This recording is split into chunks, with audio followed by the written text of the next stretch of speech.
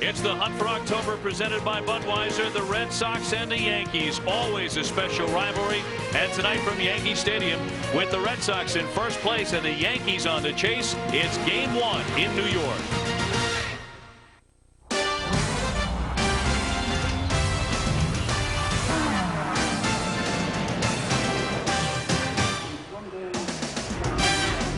Tonight, from Yankee Stadium, the Red Sox invade New York in a giant September series, but in a twist of this rivalry, Boston comes in to this three-game set in first place, not the Yankees, who, if the season ended this minute, would not even be involved in postseason play. The Red Sox lead the Yankees by 4 in the East, so it might be the wild card for New York, but the young Cleveland Indians, whom the Yankees do not face again, lead that race by half a game.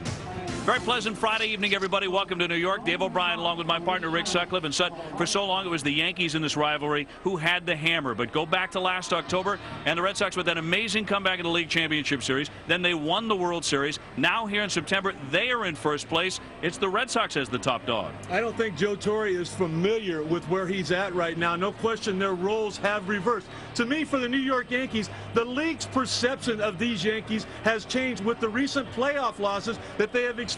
You think about Arizona, the Angels, Florida, and then, of course, last year there was Boston. For the Boston Red Sox, I think a lot of it, Dave, has to do with their fans. They don't feel the panic that they have felt in the past at this time of the year. They are confident, and there's no question it has filtered down to their players. Well, the big reason for that is, of course, the Red Sox score runs like they're going out of style, and for a third straight year, leading the major leagues in runs scored. A big reason for that is Johnny Damon. No coincidence. He's at the top of the order, setting the table, and he's having another terrific year for Boston. What a great time right now to be Johnny Damon. First of all, he's a World Series champ. He's got the ring. He was elected earlier this year to start the All-Star game. The fans absolutely love him. His team's in first place. He's a free agent at the end of the year. But to me, what separates Johnny Damon from the rest, this will be the 8th straight year that he has scored over 100 runs. But over the last 2 years, Dave, he's got 164 RBIs combined. Nobody else can say that. That's for sure. Johnny Damon leading off tonight against Aaron Small of the New York Yankees. Of course, it's a great series. Whenever they play it, the best rivalry in all of sports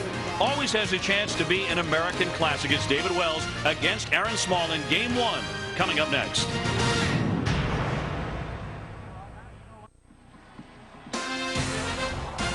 ESPN's Major League Baseball, brought to you by Budweiser. Bright, crisp, clean, pure. The king of beers. Levi's, the original. Find your style at Levi.com. And Toyota. Choose any direction as long as it's moving forward. Toyota, moving forward. What a beautiful night here at Yankee Stadium in the Bronx. The hunt for October continues as the Yankees are chasing the Red Sox in a big-time twist. And coming up, we'll go into the debate about whom should be the American League's MVP. Many of the top candidates are here tonight. The push is on for the playoff spots in the American League. The wild card remains a very muddled picture. And our Sam Ryan on the return of David Boomer Wells to the Bronx. He's on the hill tonight for the Red Sox. The Red Sox have Terry Francona in first place with a 4-game lead over the New York Yankees. And here's a look at how the Red Sox got here, and they did it with terrific run support for the pitching staff. #1 in the American League. In fact, #1 in all of Major League Baseball in runs scored. They've outscored the Yankees 81-14 in their 6 wins, although the Yankees do have a 7-6 lead in the series. Here's a look at the starting lineup now for Francona.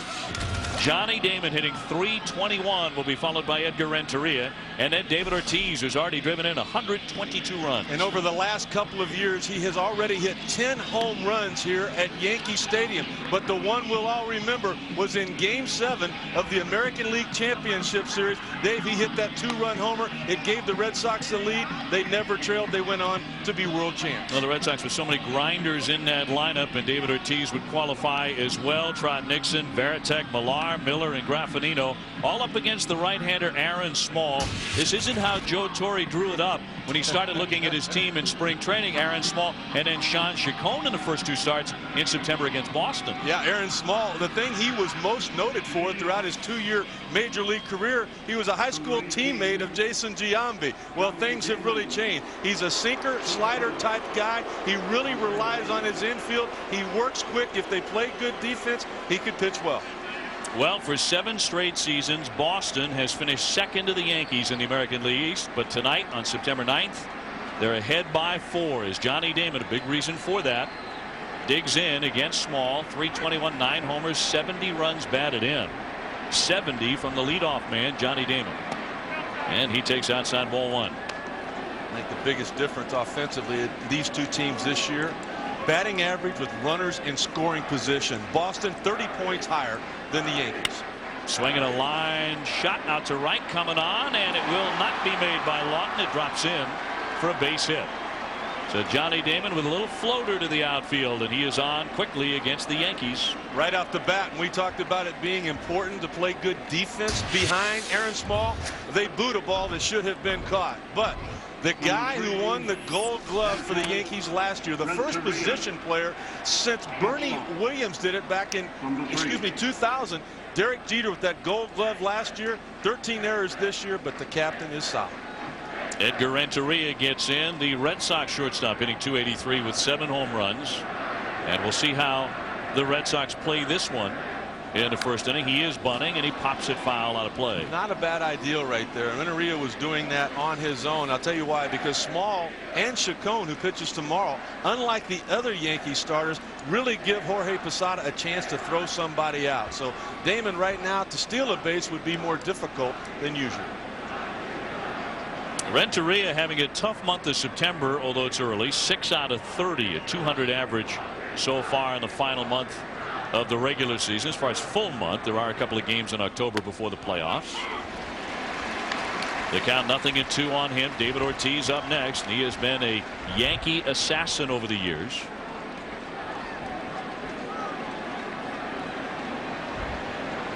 The Red Sox with a record of 33-32 against the Yankees over the last 3 years. How close can you get? The 0-2. Swung on and missed. He fired the bat down the third base line, and Renteria strikes out. 1 man gone. Time for us to bring in Sam Ryan. Sam. Well, Dave, Aaron Small's 6-0 record may come to a surprise to some of these Yankees fans here tonight, but not the New York Yankees, particularly Jorge Posada and John Flaherty. Now, Jorge told me they had a first-hand look at him in spring training, knew what he could do, even lobbied for him to get called up where the Yankee starters went through their first string of injury, but injury prevented Aaron Small from coming up. He said nothing has changed with this kid's demeanor or confidence. He just goes out there and throws strikes, gentlemen. Well, Sam, it's a great point, and Sut, the catcher should know. He knows who has good stuff and who might scuffle, but why has he been so effective? They see that late life to that sinking fastball, and what Posada, Flaherty, and their bench coach Joe Girardi did was taught Aaron Small to throw it away to right-handed hitters. You saw how he dominated Renteria in that bat. He'll start it on the outside corner. He'll bring it back. He gets them to roll over on it, getting a lot of ground balls in a ground ball situation like this. Well, a ground ball is certainly what they want out of Ortiz if they can get it, but a Yankee killer of the first order. 38 home runs for Big Papi here. He went for number 39 but missed it, and it's 1-1. That's a rare situation there where Big Papi will go out of the zone. Ron Jackson, the outstanding hitting coach for the Red Sox, says that very seldom will he swing at a pitch that would not have been called a strike. A lot of RBIs, but also a lot of walks for Big Papi. Damon getting his lead, and that's off the outside corner. And going into Boston's last series with New York in July at Fenway, as a member of the Red Sox, David Ortiz was hitting .335 with 18 homers and 50 RBIs, including the postseason. But the Yankees were a lot more successful against Big Papi in the July series. He went just 4 for 20 against New York, and that's a strike. His season numbers thus far: .304 with 5 homers. Look at that, 16 RBIs in 13 games. So that suggests they haven't figured him out yet. He's just so focused on every single at bat, and you know that's what a true designated hitter is expected to do. 2-2, and the toss over to first gets Damon back in. One of the things too that Small has been doing to get that ground ball is, along with backdooring the sinker to the right-handed hitter, he'll do the same kind of thing with a breaking ball. Try to get a little tilt to that pitch at the last moment as it gets to home plate, get somebody to hit it on the ground. The right-hander delivers. Swung on, fouled away off the end of the bat. And Ortiz still alive as he went for one Maybe again out of the strike zone. We'll take a look at it, though. I mean, this is a great scouting report here. This is a breaking ball outside corner. Look at it. Look at where Posada is. Look at it trying to come back to catch the corner. I agree with you. But that was so close that Ortiz, knowing home plate umpire Bill Miller has a big strike zone, he had to protect. One man out. Damon at first. He has not tried to steal throughout this at bat by Ortiz. Still holding. Swung on and missed and got a foul tip to the mitt. And Posada hung on for the strikeout, the second in a row by Aaron Small. Well, he went right back up the ladder where he got the big poppy to chase the first pitch. Take a look at the location. Look at the glove. No movement whatsoever to that fastball. Right now, the Red Sox better realize he's going to throw the four-seam fastball along with that sinking. Manny Ramirez now hitting .282, 33 homers, 117 RBIs. Manny in a bit of a slump right now. In fact, in September, just 4 hits in 24 at bats. That's why he got the day off yesterday. It was in a 3-0 loss to the Angels. He did not play. He pinch hit late in the ball game, but it was really a work day. There's Papa Jack, Ron Jackson, the hitting coach. Manny actually had a tougher day yesterday than he would have had he played in the game. A lot of early work and extra swings even during the game with Ron Jackson to try to get out of that slump. Just 148 in his last 8 games. Yankee Stadium may tend to bring out the best in Manny, though, and that's down low for a ball. This is a return to his home city, of course. He has not hit a home run since August 21st. That was a game in Southern California against the Angels. 58 at bats. But still, just having him in the lineup, I mean, that was probably the reason they got shut out yesterday. He changes everything, like not having Sheffield in there for the Yankees tonight. 1 ball and 2 strikes. Yeah, Gary Sheffield ailing with a thigh injury, although he was glad it wasn't a hamstring. So Sheffield just watching tonight, hoping to get in through the series at some point. The fans are certainly ready for the Red Sox here in the Bronx. Small is trying to strike out the side after giving up a leadoff single to Damon. Check swing and a foul, just got a piece of it. How about the confidence in Aaron Small right now? Sam Ryan talked about it.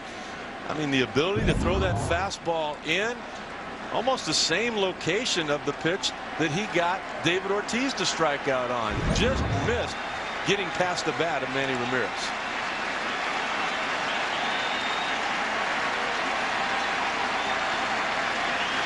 The 1-2.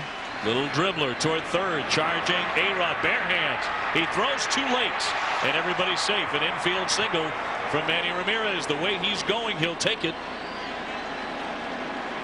A-Rod may be a little bit late getting to that soft little ground ball. You're exactly right. He has been playing much better defensively as of late. The last couple of months, he hasn't made an error in a while. But right there, he kind of hesitated. He was kind of froze on his feet. And then all of a sudden, by the time he decided he had to charge that ball, even coming up with it cleanly, nobody has a stronger arm than A-Rod at third base. He didn't have enough time to get Manny. So that sends up Trot Nixon, another slumping member of the Red Sox. Only 4 out of 22 in September, but has 2 men on and 2 men out here in the first inning. Boston trying to jump on Small early. That is upstairs for ball 1. Nobody's really seen a whole lot of Aaron Small. In fact, the only guy in the lineup that has a hit off of him in their career was Manny Ramirez, 1 for 5.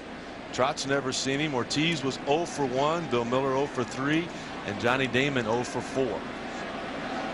Damon is singled, Ramirez is singled, and that's on the outside edge for a called strike.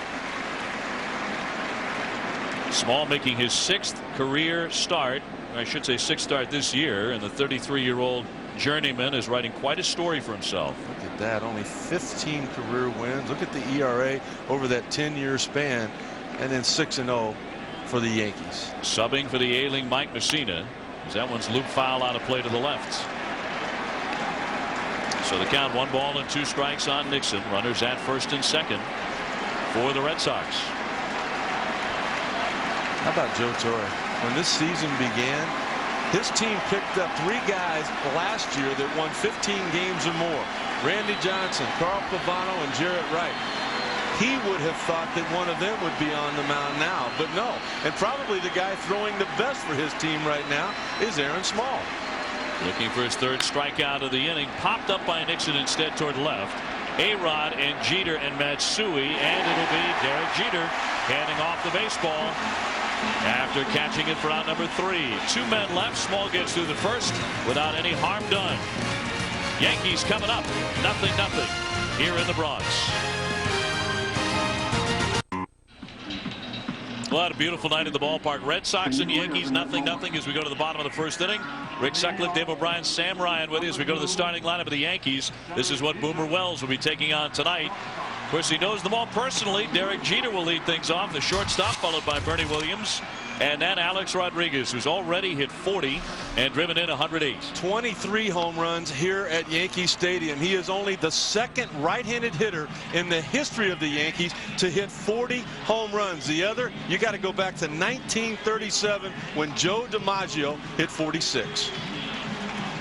David Wells, the left-hander, 12-6, an ERA of 4.24 coming in. Nobody on earth happier than David Wells that Gary Sheffield could not play tonight. Sheffield with the best average in the American League against left-handed pitchers, and he hit even better than that 366 mark against David Wells. Sheffield 381 lifetime against Wells, but watching just a spectator. If the playoffs started tonight, Wells would get the call to pitch game 1 for the Red Sox. He has been their most reliable starter. Jeter goes after the first one and foul, tips it to the mitt for strike 1. Jeter hitting .311, 15 homers. He's driven in 55. And 321 lifetime against Boomer Wells. And the big left-hander who kept the tabloids busy in his 4 seasons with the Yankees has beaten them twice already this season. As he delivers down low for ball, 1-1. Boomer 12-6 on the year, 7-1 though at home. I have to say though that he definitely feels more comfortable here, only being in Fenway for the first year with that mark. 45-19 here at Yankee Stadium. Well, he loves it in the Bronx. Here's the 1-1 pitch to Jeter. Breaking ball down and in. Johnny Damon calls the 250 pounds plus southpaw a perfect fit with the Boston Red Sox, with that gang of idiots, as Johnny lovingly refers to his team. He's a surfer, he's a biker, he's a hunter, he's a writer, he's a character. Cut on and miss. Jeter right over the top of that pitch, and it's 2-2. You know, the Yankees are so prepared. I mean, we can talk about the superstars and all the talent in the payroll, but watching Jeter and A-Rod, they're in 2 different groups in batting practice. The guy on the mound was a left-handed pitcher that threw a lot of cut fastballs, which is what Derek Jeter just saw there. They were trying to prepare for what they'd see tonight. You know, with Wells, you're going to see lots and lots of strikes. Grounded toward the middle, but Renteria with a smooth stop to get him. And Jeter is retired, 1 man out. Bernie Williams on the way up next. And now defensively, here's a look at the Red Sox. Well, I think you have to start with their defense behind home plate. To me, he's the best catcher in all of baseball, all things considered. Jason Varitek, in baseball, he's like Secretariat is to horse racing. I mean, he is the guy. And having a tremendous year, his first season with that C on his chest. And quite an honor after the Red Sox won the World Series last year and put to bed almost a century of heartache. Bernie Williams flicks a foul for strike 1. Yeah, you were talking earlier in the open about, you know, we're going to talk about the MVP of each league as we get into the. I would have to say right now, if you asked the Boston Red Sox and had everybody write down a name, the name that would come up most often would be their captain. I would have no doubt that Varitek would be the man they would choose. But rarely do you hear Varitek's name as far as the list of American League MVPs for the public at large. They tend to look at home runs, RBIs, batting average, and really you swing over to the Yankee third baseman as the guy who's probably at the top of the list right now. Well, I agree if the Yankees get into the playoffs. But going into play tonight, the Yankees are not in the playoffs. The 1-1 grounded toward third, backing up Bill Miller. Long throw for him, and he got it there in time. for out number 2. And for more on David Wells and his return to the Bronx and a lot more, we go down to Sam Ryan. Sam? Well, Dave, you may recall David started the season 2-4, went 10-2 since May 29th, turning things around. Now that start May 29th right here in the Bronx at Yankee Stadium. If you recall, that was the game he switched numbers, got rid of Babe Ruth's old number, went back to 16 after that switch with Edgar Renteria. Well, I asked Jason Varitek about the turnaround. He credits Boomer's ability to remain healthy. As for pitching coach Dave Wallace, he said it's his athletic ability, which may come as a surprise to some. Said no, you know, it's truthful. It's in his quickness, it's in his delivery. Just look at him. He said he's a tremendous athlete. You know, and when you do look at him, Sam, it's a great point. You do not see a physical specimen that you're going to write home about.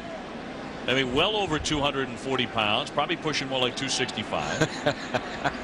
And that's a big, big jersey. And he wears it loose. Well, and he's worn out a lot of those parts. But I'll tell you one thing that has always worked, and that's been his left arm. And you know what?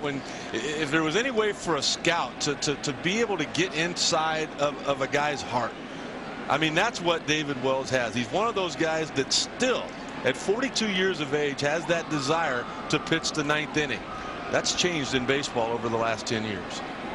Alex Rodriguez fouls that one straight back. A-Rod hitting .320, 40 home runs and 108 RBIs. He has already driven in more runs than he did all of last season, which was 106. Well, the Red Sox again this year have scored more runs than the Yankees have. And to me, the reason, Dave, is a lot like what we've seen in the first inning. The Red Sox always have somebody on base. And again, if the Yankees don't score a lot of runs, usually they don't get anybody on base. And Wells gets a ton of run support as that one is fouled away by A-Rod. Giambi would hit next, but Wells trying to make it through a perfect first inning. He does. In his 25 starts, the Red Sox have averaged just under 7 runs per game. And I think he deserves some credit for that, because he doesn't walk anybody. He works quick. He has easy innings. And you know what? It seems like you're always on offense in a game that David Wells pitches. Ahead on Rodriguez, 1 ball and 2 strikes. And the burly lefty. That one flared toward right. That's going to drop down for a hit, maybe extra bases. It caroms up against the tarp. Nixon with a good arm, but will not throw it. And it's a double for A-Rod here with 2 down in the first.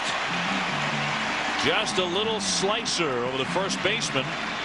And he dunked it into short right field, and it took a nice bounce for Rodriguez. We've talked about his power, but Alex Rodriguez has the ability to dominate baseball in every facet of the game.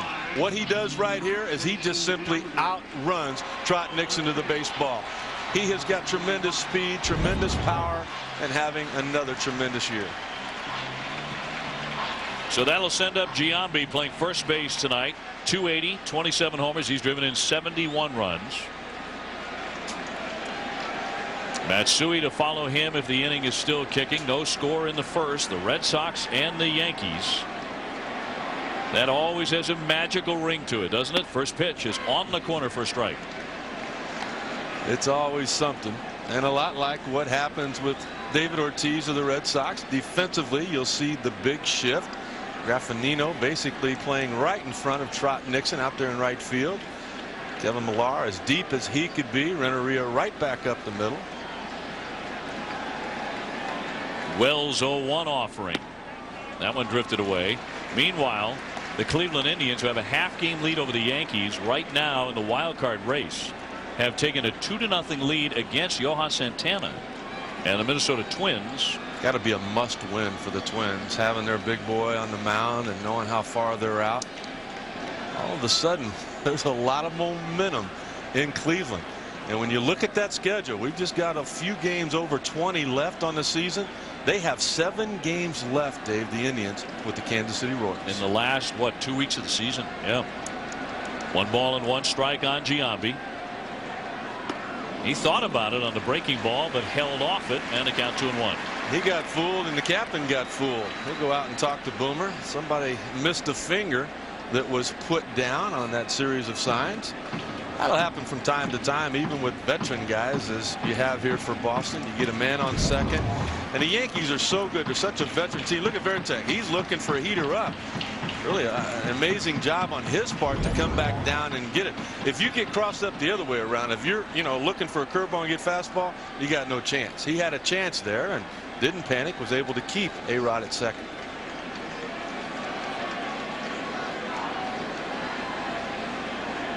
Wells checks Rodriguez in a 2-1.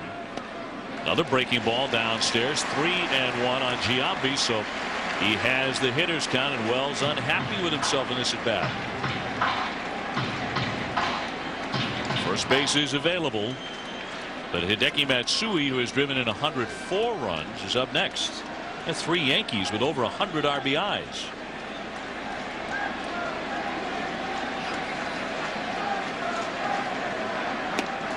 Breaking ball again, and it's on the inside edge. 3-2. That's what he was upset about. He was not able to throw that curveball for a strike. Look at that, 195 through May the 9th. Since then, and how did it happen? I walked into the ballpark with him tonight. He said a lot of hard work with hitting coach Don Mattingly. A lot of early and extra hitting, so much so that he's had 2 cortisone shots in that left elbow. Stung but foul down the left field line, actually into the upper deck. Of course, he had that terrific run from early July to early August, in which he hit 16 home runs in a 1-month span and was named the player of the month for July. Alex Rodriguez at second base followed that up by winning the award in the month of August. But we are in September right now, and the Yankees, as you said earlier, going into play tonight, are not a part of the playoff picture. Amazingly, despite all stars in nearly every position and the first $200 million payroll in baseball history, they're out of the playoff money if the season ended right at this moment.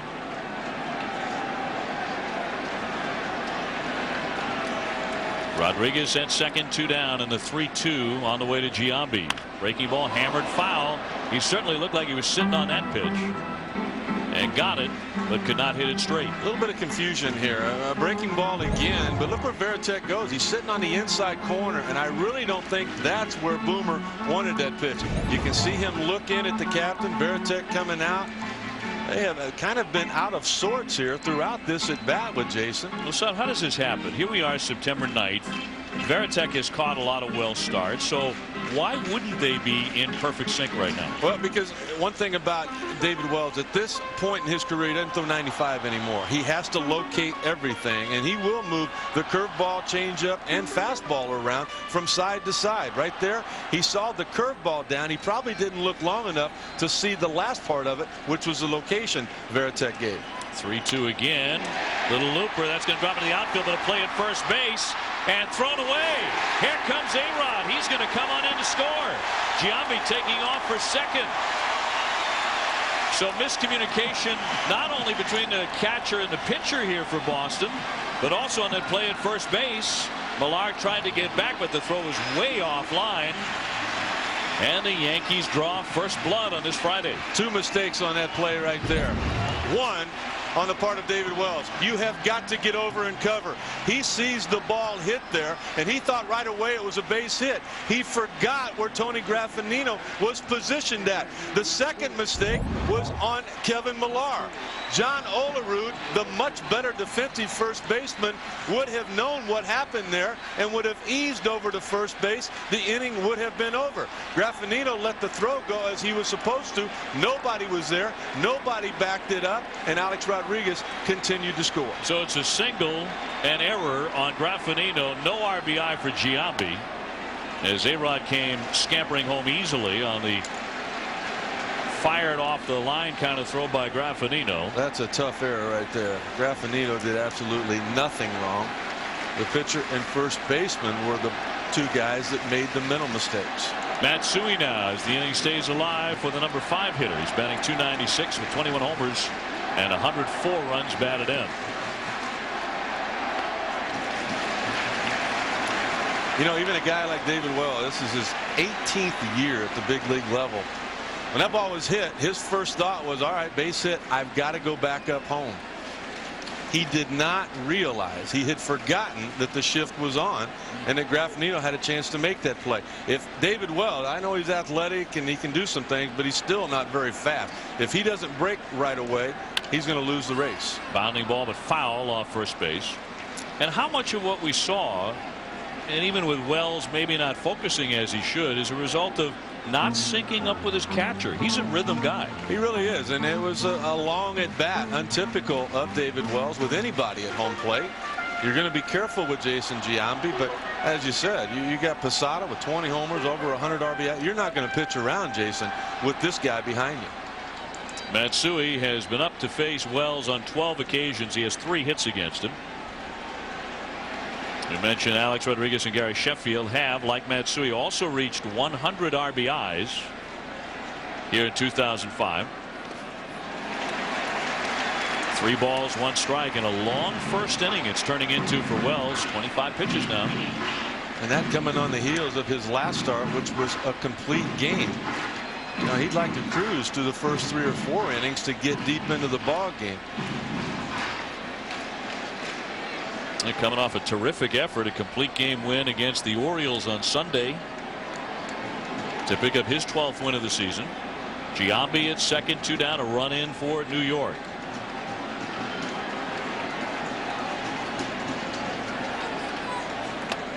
Ball 4. Long inning continues for Boomer Wells. It's time for our 30 at 30 sports update. Let's go to the studio and Scott Reese. All right, Dave. Oklahoma quarterback Brett Bomar ticketed for being a minor in possession of alcohol Sunday. It's unclear if the misdemeanor will affect his status as starter for tomorrow's game. And we have a final pairing at the U.S. Open. It's Mary Pierce and Kim Clijsters. Clijsters knocking off the top seed Maria Sharapova. These stories and more coming up after the college football game on ESPN2, on SportsCenter, and on ESPN News right now. We send it back to Yankee Stadium. And a batter, Ruben Sierra, as the Yankees are trying to add another run or 2 against Wells in the first inning. Sierra hitting .260 with 4 home runs. He's the DH tonight for Torrey, going after the very first pitch and grounds it to Renteria. The force play retires the side. But David Wells walks a man in the first inning, just his 3rd walk in his last 9 starts. He gives up a run, and the Yankees have the early lead.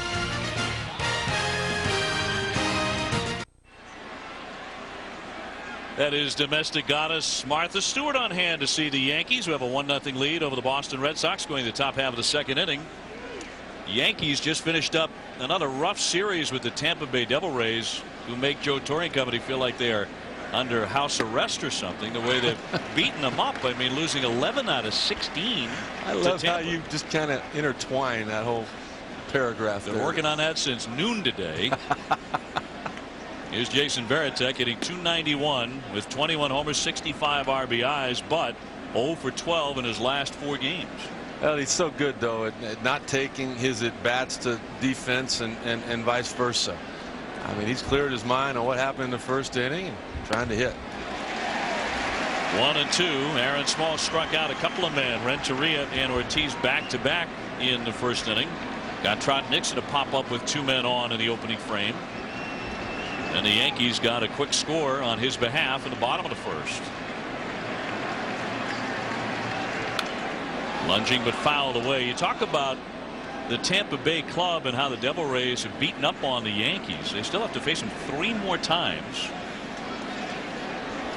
And the Yankees frankly cannot figure it out why they're having such a hard time with the team that is in the basement of their division, as the 2nd worst record in the American League. Broken bat. That one rolls to A-Rod, who fires on the run and by Giambi. Varitek is going to be safe at first base. And the business end of that bat stuck into the ground, not far from home plate. An outstanding play here on the part of A-Rod. When you have to hurry and you're off balance as an infielder, you want a comfort zone, knowing that if you miss with the throw down, that your first baseman will pick you up. Right now, if you're a Yankee, you start thinking about, what if Tino Martinez was able to play tonight? The rib cage injury, he's not in there. Tino, just like Olerud, much better defensively, but not in the starting lineups. The Red Sox have 3 hits off of Small, Varitek leading off with an infield knock there, and here's Kevin Millard, just 3 for 22 in the month of September. I think he could have a no-hitter going right now. The infield hit by Manny could have been an out, and then the blue pit by Johnny Damon should have been caught in right field by Matt Lawton. Millard, pretty hot hitter if you go back over 8 or 9 games. Despite the fact he has not swung a great bat in September, he has hit in 8 consecutive games overall.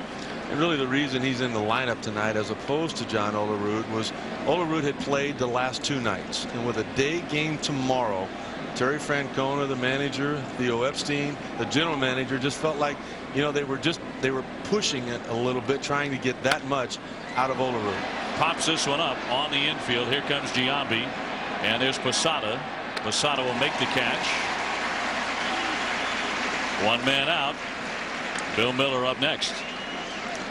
Terry Francona, boy, what a year he has had in the last calendar 12 months, huh? Never been to an All-Star game, managed the American League All-Star team to a win and home field advantage if that were to happen for Boston. How about the postseason last year for Terry Francona? He managed a team that went up against other teams managed by Mike Scioscia, Tony La Russa, and Joe Torre, and his team won all 3 of those postseason series. Miller, a .294 average, 8 homers, 57 runs batted in. Coming into game 1 in the Bronx tonight. 34-year-old switch hitter in his 3rd season with the Red Sox. Recently had a 14-game hitting streak snapped. And just one of those guys, the Red Sox have so many of them in the lineup, who will grind you down as he fouls that one back. Yep. Unlike the New York Yankees. And I think really the overall biggest difference between these 2 teams, the number of pitches seen per at bat. And we've talked about Terry Francona managing. You know, with the count 0-2, you can't do a whole lot. But with Bill Miller and Graffinino, the type of players that managers love to have. Varitek on as that one's bloop foul out of play. You look at the Yankee lineup, obviously with all-stars everywhere and the huge payroll, and the fact that right now they are out of the playoffs as of tonight. That has to drive Joe Torre crazy, and certainly it's driving the Yankee fandom crazy. They're averaging over 50,000 fans a game. They've already drawn 3.5 million. Base hit for Miller. He's on. Varitek into second base. First and second, 1 out. Time for a studio update as we get the update on what's happening between Cleveland and Minnesota. Well, Dave, the Indians didn't take long getting to Johan Santana. First batter he faces, Grady Sizemore. This the 16th straight run Cleveland has scored via the homer. It was snapped 2 batters later when Johnny Peralta doubled in a run, so it's 2-1 Tribe going bottom 2. I think those are the 2 guys right there that have been the big difference in what the Cleveland Indians have done. Sizemore, we saw him as the MVP of the Futures game a few years ago, and Peralta, the shortstop, he now hits 3rd for the Tribe. Tony Graffinino stepping in, batting .304, 5 homers, 33 runs batted in. First and second, 1 out as the Red Sox threaten here, and that's ripped into left field for a base hit. Matsui charges. Varitek will hold at third base as the throw comes in to Alex Rodriguez, and the bases are loaded with 3 more Boston singles. They've got 5 of them already against Aaron Small. I think the captain, Jason Varitek, a little upset at himself right there. He really didn't get a good read on this ball. The ball was down. He saw the breaking ball from second base. You kind of sense what's going to happen with it. I don't think he thought that Graffinino could get that ball in the air and over Alex Rodriguez at third base. He did not take off right away, and that's when Dale Swaim had to hold him up. Yeah, he was over there shaking his head after he got into third base. So he's on at third, Miller at second, and Graffinino at first. Damon in the box. Johnny Damon 1 for 1. Checked his swing on a ball down low, and it's 1-0. Just thinking about all that Jason Varitek has gone through in the last 10 minutes. There was about 10 pitches he had to block in the dirt. All kinds of plays. He had to pick up the throw from Graffinino that was the error and allowed the run to score. And, oh yeah, now he gets an infield single. Now you got to go to, you know, he's had a long night already. It never ends for the catcher. Fly ball center field right at Bernie Williams. He makes the catch. Here comes Varitek, and the throw will skip in to Jeter, and the run is in for Boston. as the Red Sox have tied it here in the second inning. A sacrifice for Damon. Give Johnny Damon 71 runs batted in as the leadoff man. How about the 94 that he had a year ago? I mean, you just don't see this kind of production anywhere else in baseball. Ichiro, I know there's some good leadoff hitters out there, but overall, you would have to give the nod the last 2 years to the free agent to be Johnny Damon. And Dave, I think you would agree with me. He's a lot like what Veritek was a year ago. When he was a free agent, you knew Boston had to sign him back. They did. I feel the same way about Johnny Damon this year. Edgar Renteria 0 for 1. Flies that one to right, sending Lawton back, turning around now, and it's off the wall. One run is in as Miller scores. Graffinino rounding third. He's trying to come on in. He will score. Edgar Renteria with a 2-run double. And the Red Sox, man, they can score so fast. Lead it 3-1 in the second inning. And they have a knack for picking each other up. Jason Veritek, he's going to go in there and he will apologize to Tony Graffinino, saying, hey, I should have gotten you an RBI. Well, you know what? It doesn't matter because Renteria picks him up with the RBI here. Matt Lawton defensively having all kinds of troubles. A ball dropped in front of him. Now he couldn't have played this ball any worse than he did. Way too close there. He tries to barehand it. Did not know where he was at. Because of that, Graffinino scored. Here's Ortiz, and now the heavy part of the Boston order coming up as he takes a strike. Ortiz 0 for 1. He whiffed in the first inning.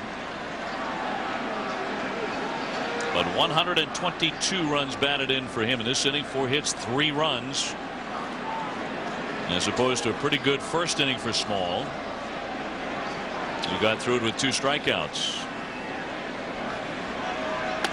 Up and in on Ortiz to make it 1-1. I think this whole inning was created by the at-bat from Bill Miller. Won the batting title a couple of years ago. Small had to count 0-2, had him right where he wanted him. He fouled off a couple of pitches. Eventually snuck a ground ball through to right field, and all of a sudden now there's 3 runs on the board. Bill Miller really is a guy you tend to forget about in the Red Sox lineup as it's fouled away by Ortiz. But he is such a fine hitter. He's hitting over 300 against right-hand pitching, batting .342 with men in scoring position. He's a career .343 hitter at Fenway Park. But he is not a star. He's not ready with a quote every 5 minutes. But they keep forgetting about him, and he keeps putting up 300 batting averages. The 1-2, well up and away to make it 2-2 on Ortiz.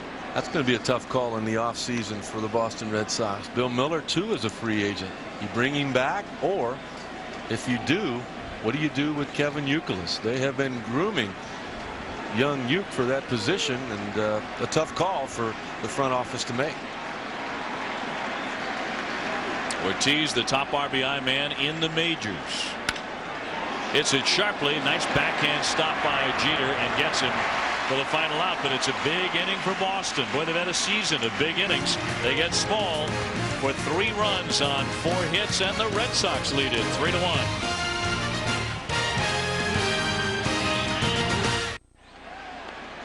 Well, the Red Sox in town in the Bronx have a 3-1 lead over the Yankees. Rare is the occasion where the New York Yankees say, well, we're really happy Tampa Bay is gone and the Red Sox are in, but here's why.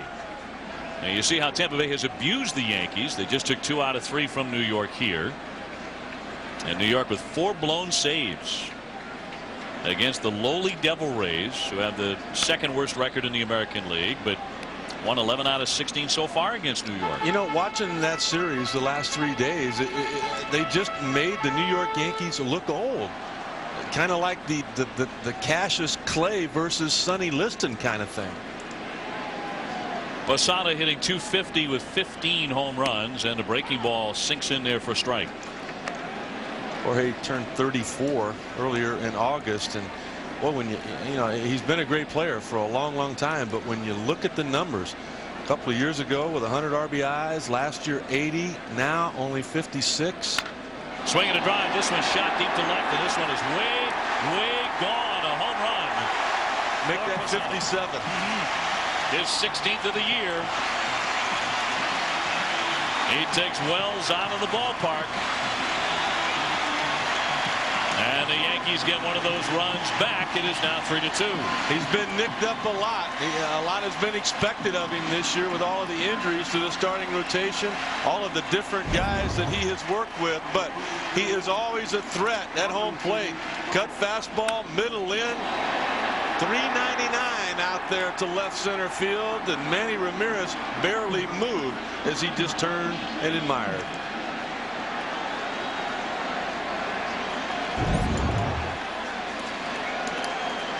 Here's Robinson Cano, the young second baseman, hitting .280, 9 homers, 45 runs batted in.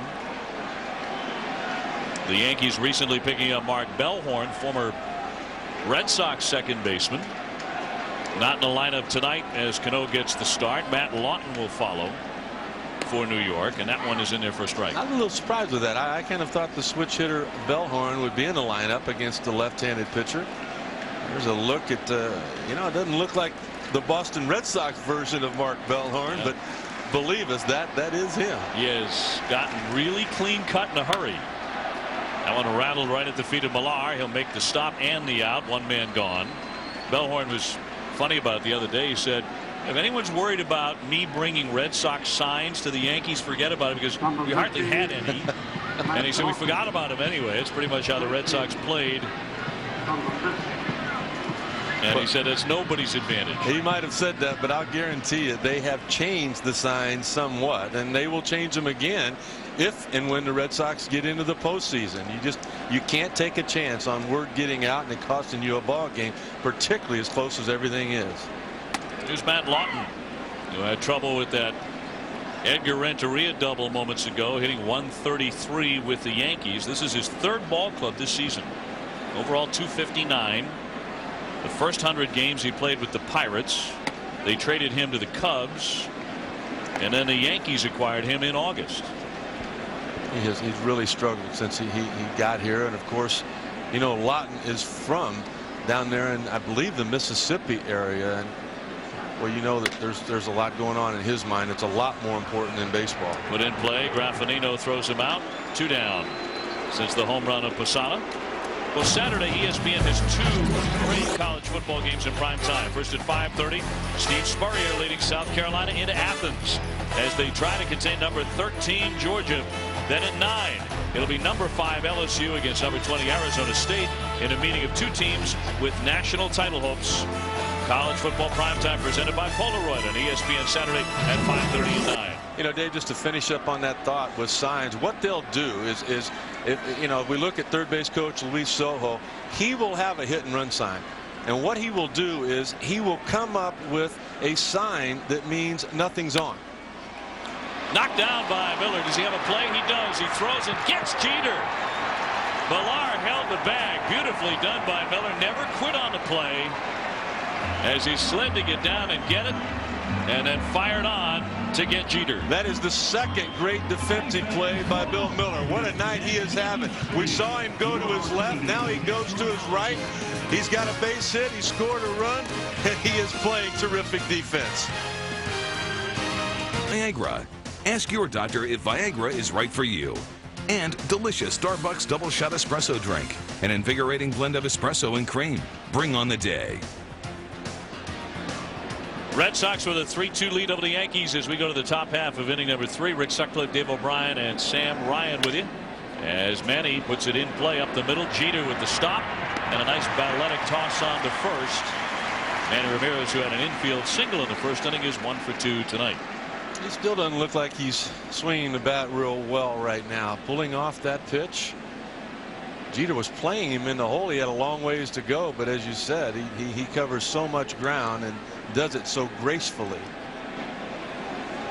So Trot Nixon to get in next. He is 0 for 1. Red Sox and Yankees will, after this weekend series concludes, still meet 3 more times to close the regular season at Fenway Park, beginning September 30th and October 1st and 2nd. What will those games mean? You know, specifically to the Yankees. Well, a lot of people think they'll mean absolutely nothing in the American League East, but they do feel like it's going to mean a lot as far as that wild card is concerned. And, you know, you want to be a World Series champ. The Yankees haven't been that for a while. You do it by being the wild card team.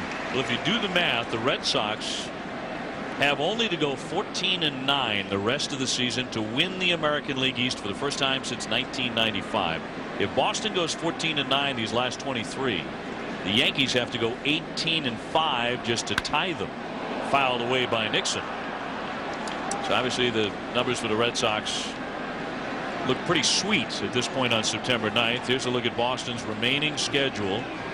Still a lot of games with Toronto, 6 with the Yankees, including tonight, 3 with those pesky Tampa Bay Devil Rays as well, but they are 12-4 against them. And 4 against Oakland, and when you have to face that pitching staff, as good as their offense is, it's still going to be tough to score. The problem is Oakland has been having trouble scoring runs. Terry Francona's team, however, which has finished second of the Yankees 7 straight years, has the lead here in the second week of September. Popped up, back out of play, however, by Nixon. This is the latest the Red Sox have led the division since 1995, when they won the American League East for the last time, the year before Joe Torre took over in New York, in fact. Joe Torre's team, 3 straight years, had won over 100 games. If they were to have won 100 this year, he would have been the first manager in the history of baseball to do it 4 straight years, but that will not happen. 3 balls, 2 strikes on Nixon. Veritek up next. Finishing 1-2 in the standings. Well, the most times in baseball history, the Yankees and Red Sox, 17 times 1-2 over the Dodgers, Giants, and Reds and Dodgers in the old National League West alignment. 3-2 from the right-hander, swung on and missed for strike 3. Time for an update on the National League wildcard race. Let's go to Scott Reese in the studio. All right, Dave, the Marlins and the Phils doing battle. Miguel Cabrera in a 2-1 game.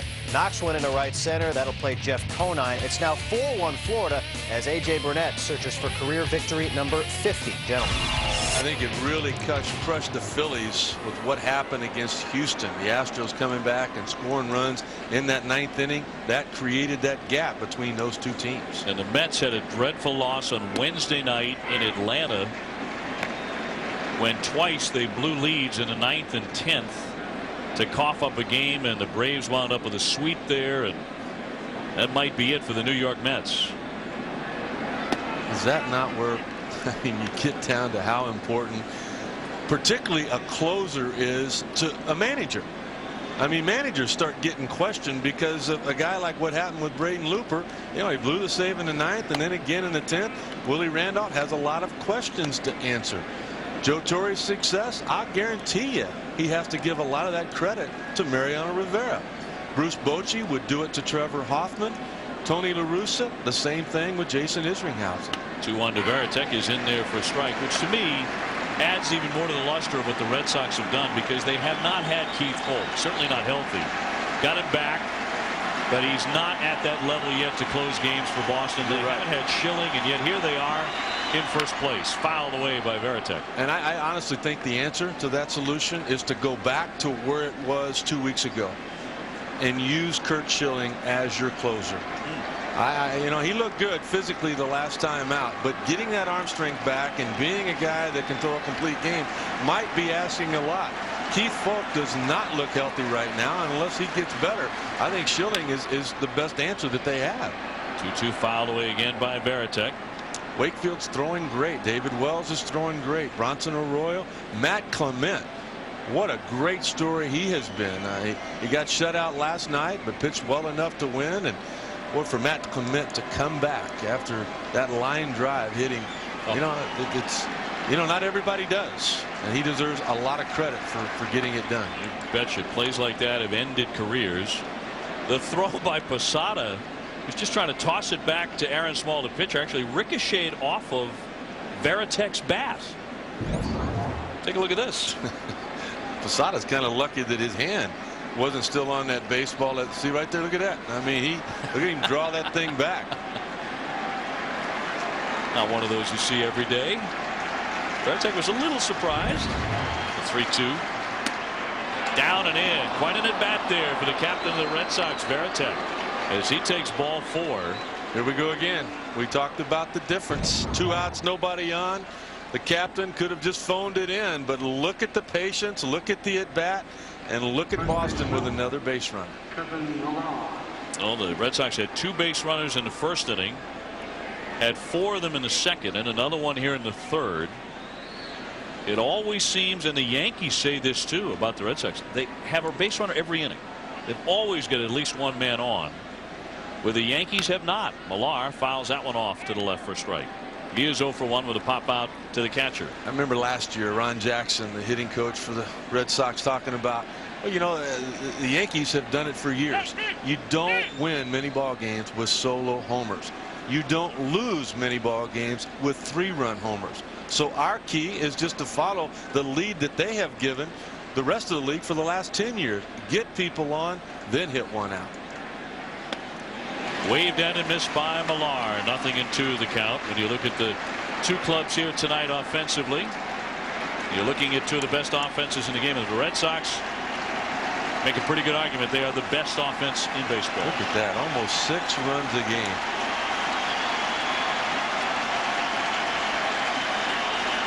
Oh, 2 on Millar.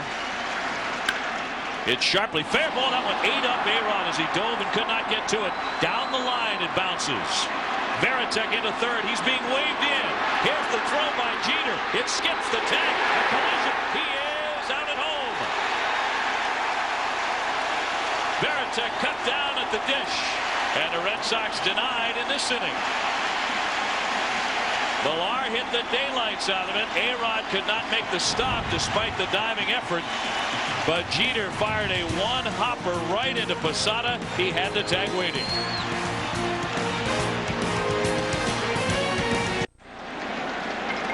Red Sox with a 3-2 lead here in the bottom half of the third inning. Just missed a chance to get another, although a dubious decision by Dale Swain, the third base coach, to send in Varitek there, who is out by plenty, although it was a well-executed play by the Yankees. Take a look at what happens. I mean, look at where Varitek is, and there all of a sudden Derek Jeter already has the baseball. A great move on the part of Jeter to go up and get it. A great catch on the part of Posada. I mean, he basically pinned that against his chest protector, and then he got pinned by Jason Varitek.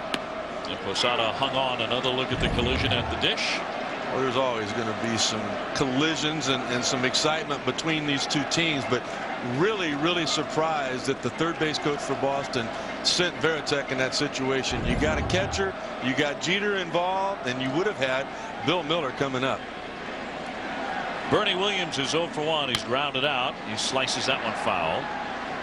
With a lot of teams, Dave, as you know, you get to that 8th and 9th hitter, particularly in the National League, you just go ahead and send them. They make a good throw, so be it. But man, when you look at the 8th and 9th hitters for the Boston Red Sox, I mean, you got a batting champ, you got another guy hitting over 300.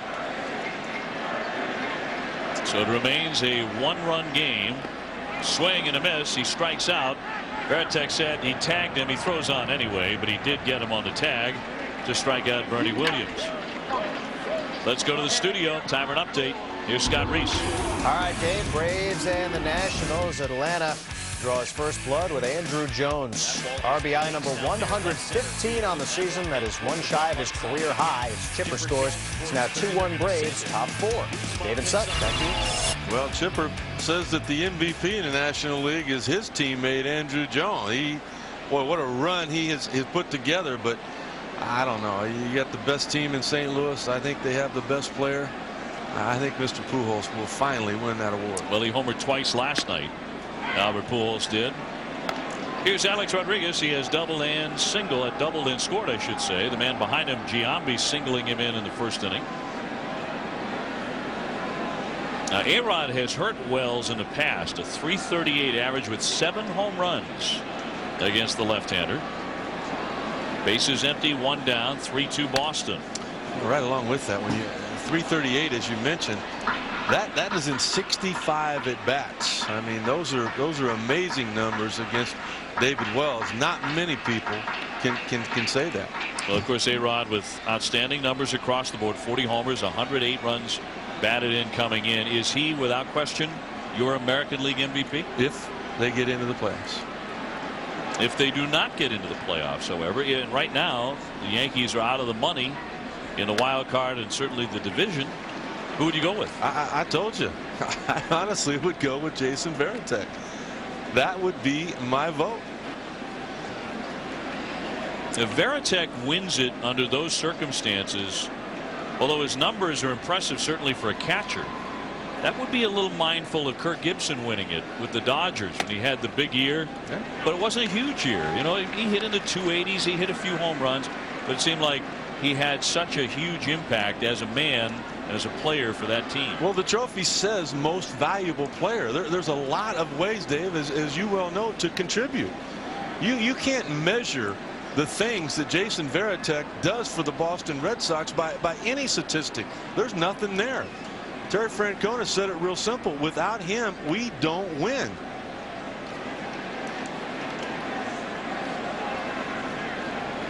One man out, 2 balls, 2 strikes on Rodriguez, and he will take a step out. And that little line I had about him being a la Secretariat, that came from one of the coaches with the New York Yankees. I'm telling you that all of baseball knows about him, except for the people that vote for the MVP or that write about potential candidates. And Vladimir Guerrero certainly has to be considered another candidate for his 2nd year in a row, hitting .316 with 28 homers, and he's having a very good all-around year, although not the RBI kind of season that he had a year ago. He's driven in 95. And you think about the best team, the White Sox. Well, you got to give it to their manager. Ozzie Guillen would be the guy on that ball club. The Angels leading the White Sox 2-0 in the first inning as that one's fouled away by Rodriguez. 3 balls, 2 strikes. I know a lot of people are out there thinking, what about David Ortiz? And I'm just, you know, I can't give it to a guy that doesn't play defense. It's just, in my mind, there's so much more to the game of baseball than just putting up offensive. No, I love Big Papi. I mean, as a player, as a person, I mean, he's as good as it gets, but I have a hard time with a guy that only plays half the game. 3-2 high fly ball. This is well hit to right. Nixon backing up against the wall. It's gone.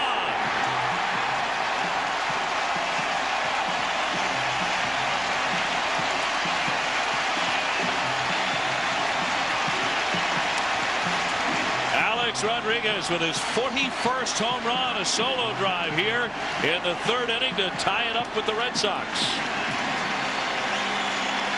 Leading all of the American League before the game in total bases. Well, with a double and a home run, add 6 to that. Look at the sequence here. There's the fastball away. It's almost like he had his mind made up early. He was going to the opposite field when David Wells could not hit the inside corner. There he is out in front. He stays back. He stays back. And right there, part of that is called weight room. You have to be a big, strong man to just get that much of it and get it out. That's what Alex Rodriguez is. That is an out in so many parks, of course. With so many guys. To not get any more of the baseball than what he got. But this is some kind of machine, Alex Rodriguez. 8 home runs against Wells. He's been a nemesis against the Red Sox lefty, who's been doing a lot of what we just saw, shaking his head after delivering a pitch. He's not happy with himself. Well, you know, he's a little disappointed too with Bill Miller behind the plate. The thing about Bill Miller, the reputation is he's got a bigger zone than most, and David Wells would like to get a little bit more of that. Line drive the other way by Giambi.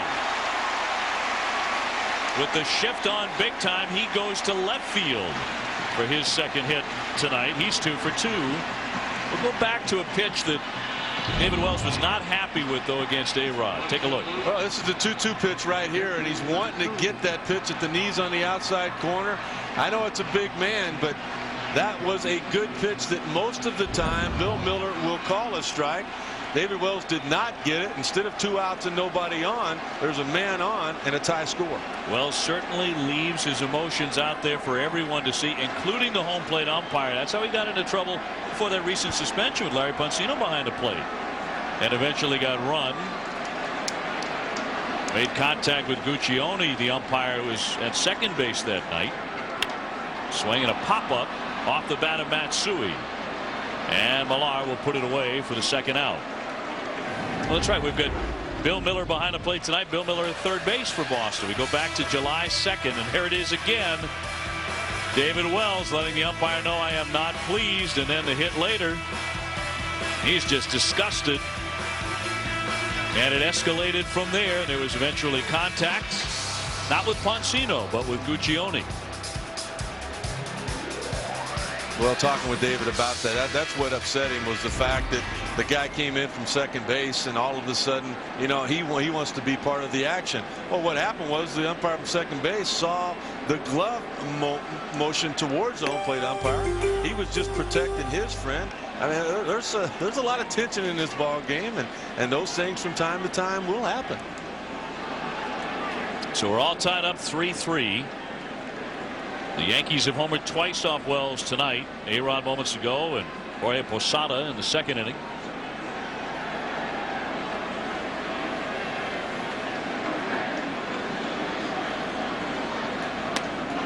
He left that one a little bit high, according to Bill Miller.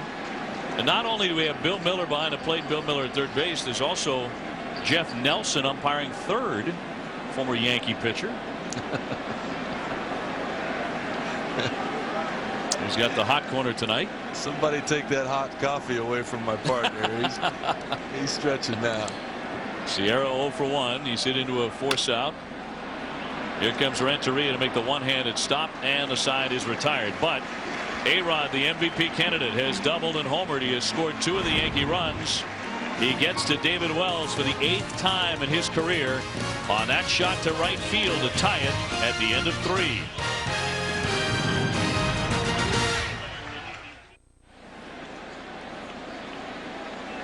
Back in the Bronx as the hunt for October continues, presented by Budweiser. Red Sox got 3 in the second inning, a 2-run double by Edgar Renteria, the key blow, but the Yankees have fought back to tie it with single runs in each of the first 3 innings. Bill Miller going after first pitch, flies this one to left. Matsui backs up. He's got it on the back pedal. And Bill Miller is 1 for 2. Let's go to Sam Ryan. Sam. Well, Dave, Aaron Small told me after Saturday's shutout over the A's, Mike Messina was the first guy to congratulate him in the Yankees clubhouse. Remember, he's taking Mike's spot in the rotation. Here is Mike today, out with that elbow inflammation, making progress, able to play catch for the first time since being sidelined 2 weeks ago. Now, he said no discomfort. He's going to do it again tomorrow. Right now, hopes are to get him to throw in the bullpen by middle of the week. Graffinino, the hitter here, and Rick Sutcliffe, how badly do they need him back? They need him back healthy. And just watching him throw there, I did not get a chance to talk to him after his session. He went to the trainer's room, tried him on his cell phone before the game, obviously didn't get a response there. But I'm telling you, Mike Mussina is as tough as they come. And for him not to go out there and take his turn every 5th day now, there's something seriously wrong right there. And that's basically been the story of the New York Yankees this year. Jeter with the scoop and over off target, but Giambi leaves the base to get him with the tag, and Graffinino is retired, 2 down. I was talking before the game during batting practice with Hall of Famer Reggie Jackson. And Reggie, as we take a look here at the throw, coming up with it, Jason, I mean, he's not going to win a Gold Glove over there. Not that bad of a throw. He probably could have stretched, but felt like he had to come off, get it. Nonetheless, the play was made. But talking with Reggie Jackson before the game, Dave, you and I talked about it. He said that of all of the home runs he hit in the postseason, the reason that he's known as Mr. October and that he gets clutch hits is because of the fact that they had great pitching. He said he never hit a home run in the postseason in a 10-9, a 12-10 ball game. That has been the problem for the New York Yankees. That rotation was supposed to be their strength. It has not. Jeter into the outfield, makes the catch to set down Johnny Damon and set down the Red Sox 1-2-3 through 3.5 in New York. So the Red Sox and Yankees in a 3-3 tie.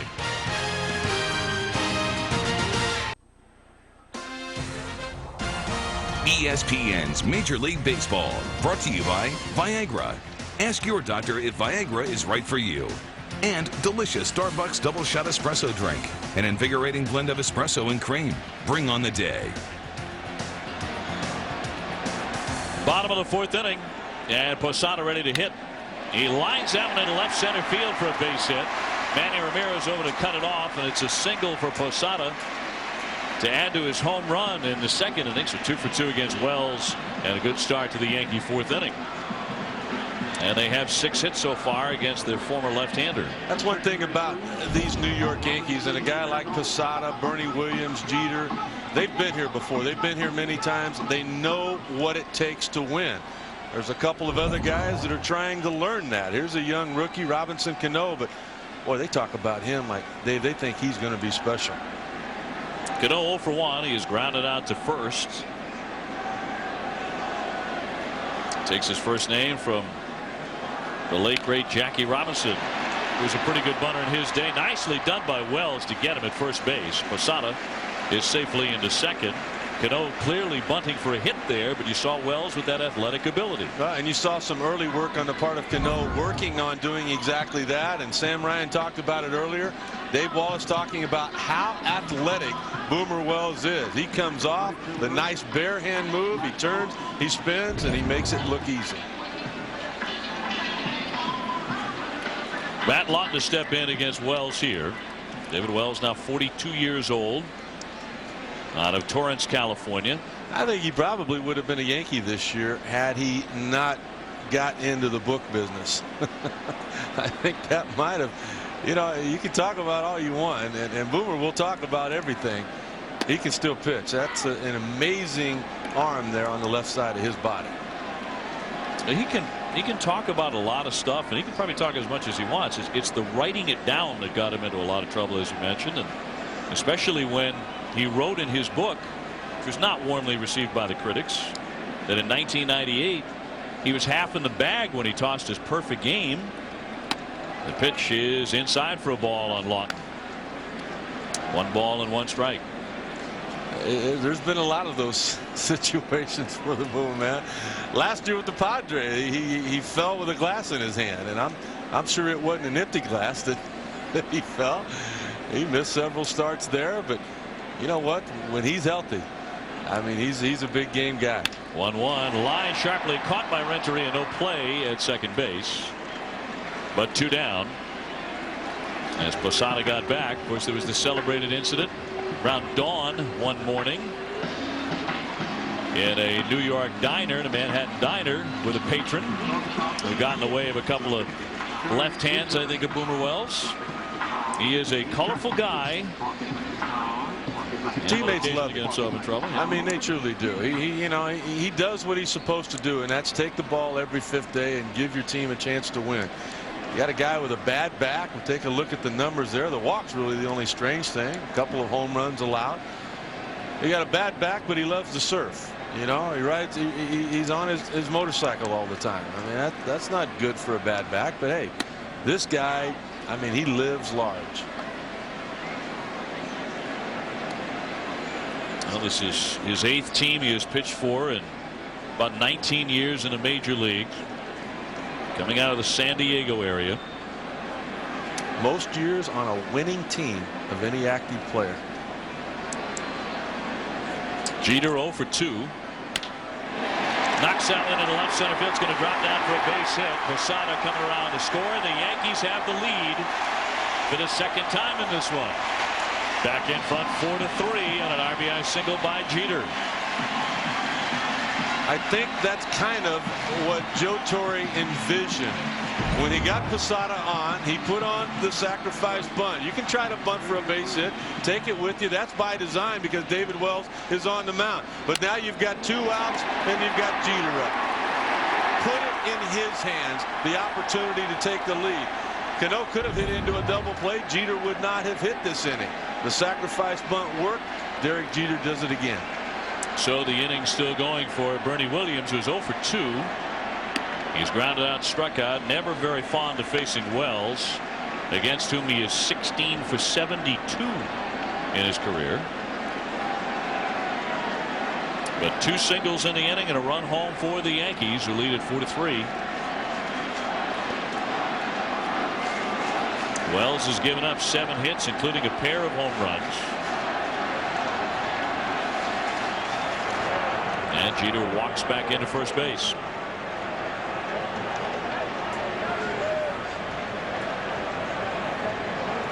You talked about it earlier. Wells is used to getting plenty of run support himself. He's getting about 8 runs a game, which is the most in the majors. And he always pitches well here in the Bronx. But tonight, his former mates have roughed him up a bit. They're building a nice little picket fence out there on that scoreboard.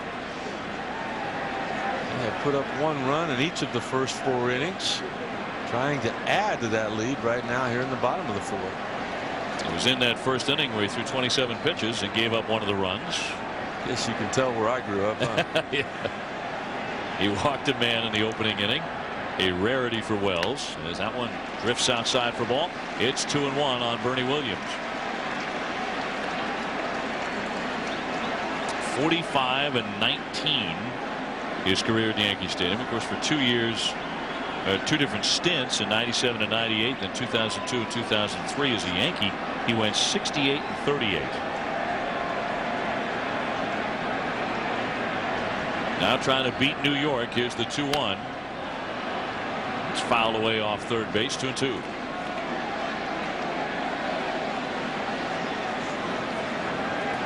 Joe Torre said many times about Bernie Williams how he's got the ability to go from awful to awesome in a hurry. He's done that a lot throughout his career.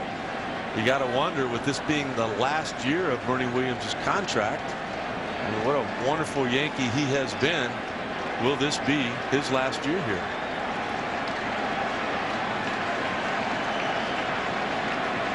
Jeter at first, and the pitch is down and in for a ball.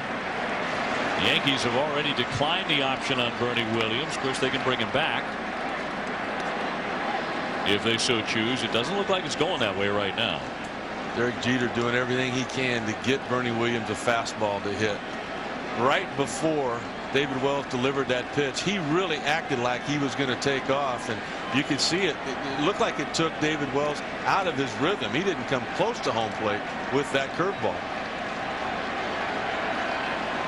3-2, 2 out. You'd expect Jeter to get a pretty good jump right here, and he'll be off to the races.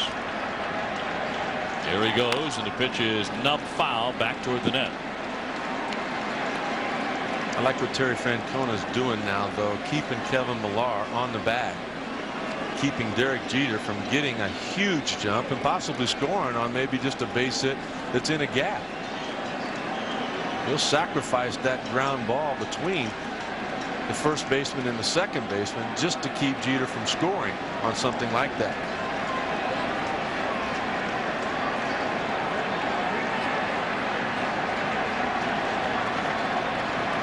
Here's the 3-2 again as Jeter leaves the base, and it's fouled off to the right and out of play.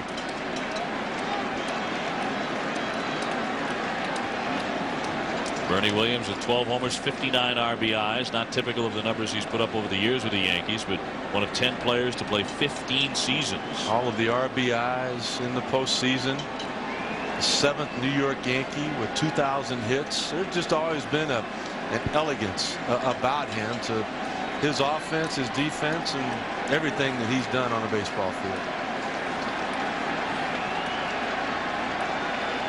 Wells with the 8th pitch of the at bat, fly toward right, slicing toward the corner, and that's going to be out of play.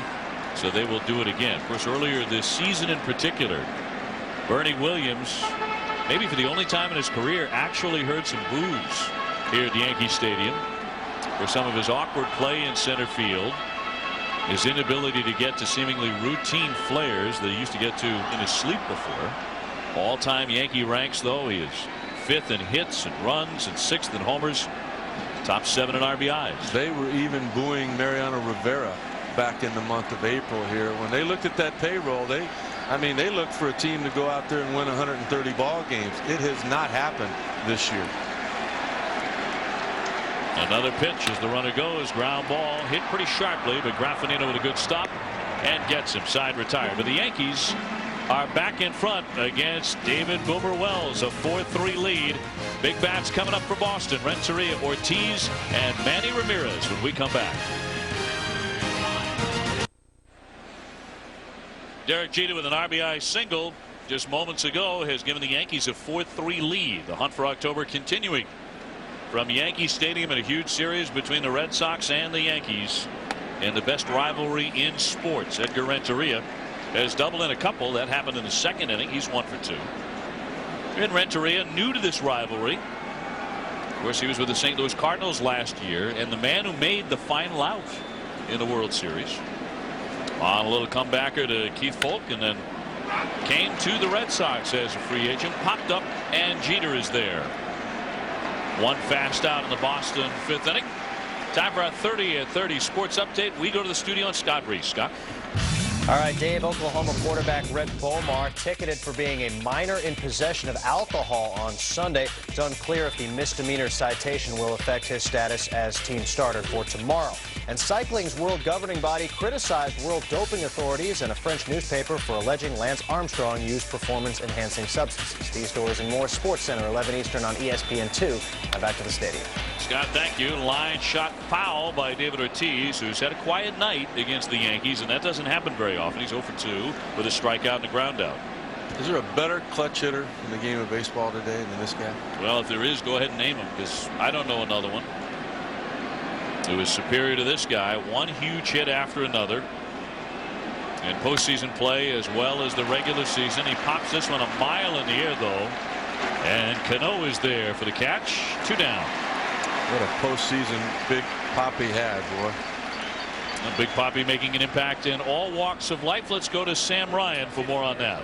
Yeah, it's all because of Hurricane Katrina on the minds of these players. You see the American Cross logo on the batting helmets of the Yankees and most of the Red Sox here tonight. You're going to see this throughout Major League Baseball. While the Yankees have Salvation Army Disaster Services patches on their sleeves, you can see that also tonight. Now, before last night's Angels-Sox game, David Ortiz held a joint press conference with Vladimir Guerrero announcing they're each donating $50,000 to Hurricane Katrina relief. Now, Ortiz said, quote, "We're going to challenge all the baseball players around to come and try to do the same thing." Now, Dave and Rick, we've all seen the devastation. We know they need it. Well, that is for sure, Sam Ryan. And you know, that's the kind of thing you would expect from a guy like David Ortiz.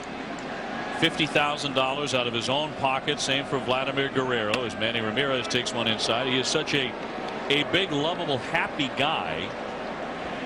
And you talk about him being the best clutch hitter in baseball. That's true. You can document that. He also is one of the best liked men in the majors. One of the biggest hearts in all of baseball, and not only challenging all baseball players to help, but I mean all Americans. You know, it's a tough situation, and anything at all that you can do will be appreciated. 1, 2, 3 go the Red Sox. We're at the midway point here in the Bronx, and it's A-Rod, Giambi, and Matsui up against Boomer Wells in a moment.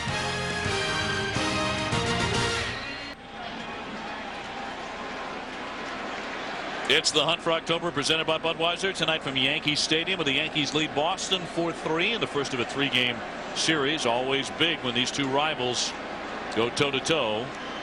A-Rod has played an active role in it with a double and a home run. He has scored 2 of the 4 Yankee runs. Now, the Yankees unable to have Gary Sheffield in the lineup tonight. Sheffield was held out of the Yankee lineup in yesterday's loss to Tampa Bay as a strained thigh muscle. Although he did get in the cage and hit a little bit tonight. It's very questionable whether or not you'll see him in this series. That's in there for a strike, and it's 1-1. So Gary consigned to the role of spectator earlier, taking batting practice. He said after that he felt a little better than he did yesterday. But Gary said that if he couldn't play in this weekend series against the Red Sox, he said, "I'm going to be devastated." He is dying to play. I'm not sure that's true of his manager. He is not dying to see Gary Sheffield injure that thigh even worse. Well, it's a lot more serious than what we first thought when he came out of the ball game a couple of days ago. I kind of expected him to be the designated hitter tonight, but if he's going to hit, he still has to run the bases, and he obviously could not do that. 2-1 pitch fouled off. 2-2. Giambi and Matsui up after Alex Rodriguez here in the bottom of the 5th inning for the Yankees. Here's such a comfort zone if you're pitching for the Boston Red Sox. We've seen the numbers. I mean, they score 6 runs a game. You've already given up 4. So what? I mean, on most nights, they're going to come back and score more runs. So if you're David Wells, it's almost like you take the hill feeling like you've got the lead right now. The 2-2. Ran that one in on the thumbs, popped up. Millar will have no room. It's off into the crowd. Can that be dangerous, though? I mean, that philosophy can really seep into a starting pitcher's head. Well, they're going to get me 7 or 8. They've been averaging 8 runs a game for Wells. I think it's a great comfort zone for you to have, because if you go out there right now and you're worried about giving up another run and having a 2-run deficit, I mean, now you walk people. You saw in the 2-1 pitch right there to A-Rod, he came right in with a fastball in the strike zone. 2-2 inside again, flared foul by Rodriguez. It's so hard for Boomer to do anything that fools Alex Rodriguez. He has seen him so many at bats. We've talked about the number of times these two have faced each other. Almost 70 at bats right now. He's seen the big curve, he's seen the change, the cutter, the fastball away, and at this point David Wells really doesn't throw hard enough to get anything by A-Rod up in the zone. 2-2 popped up, and does Millar have a play near the stands again? But again, it's into the boxes. Alex Rodriguez hit his 41st home run of the season in the 3rd inning. He just turned 30 in July, and he's already belted 40 home runs in a season on 7 different occasions. Youngest guy in history with 400 homers. He'll be that guy for 500, 600, possibly even 700, because like you said, he is still a young man. 2-2 is on the corner, got him looking. Rodriguez will argue it here, but he is a strikeout victim. Let's go to Scott Reese in the studio. All right, Dave, it's our net zero high-speed play of the day, and it comes from the Nationals and Braves. 2-1 Atlanta in the 4th. Christian Guzman mind the gap. Davy Cruz being waved around, and we've got a play at the plate. But it wouldn't be high speed if he didn't score. Johnny Estrada can't hang on. It's now 6-2 Braves, though. Andrew Jones just hit his 46th home run of the year. There was that same kind of play on that in-between hop. Estrada not able to come up with it. We saw Posada make that play earlier tonight. Giambi taking a ball, and you wonder on plays at the plate where a collision might be involved. Johnny Estrada thinks back to Darren Erstead, who leveled him earlier. I've seen a couple of them since then where he's just not the same guy, and how could you be? That's why we were talking about Matt Clement coming back. That's such a great story. Giambi 2 for 2 with a pair of singles. So he's batting .284 with 27 home runs. Breaking ball snapped off for a strike, and it's 1-1.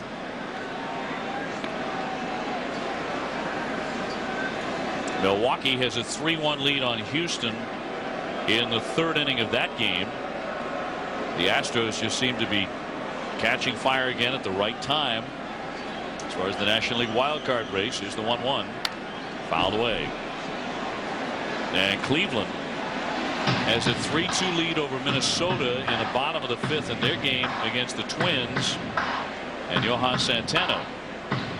A-Rod still unhappy over that strikeout when he was called out moments ago. He had a conversation with Bill Miller, and as he walked away, he was shaking his head yes, as if Bill Miller might have said, hey, you know, I missed the call.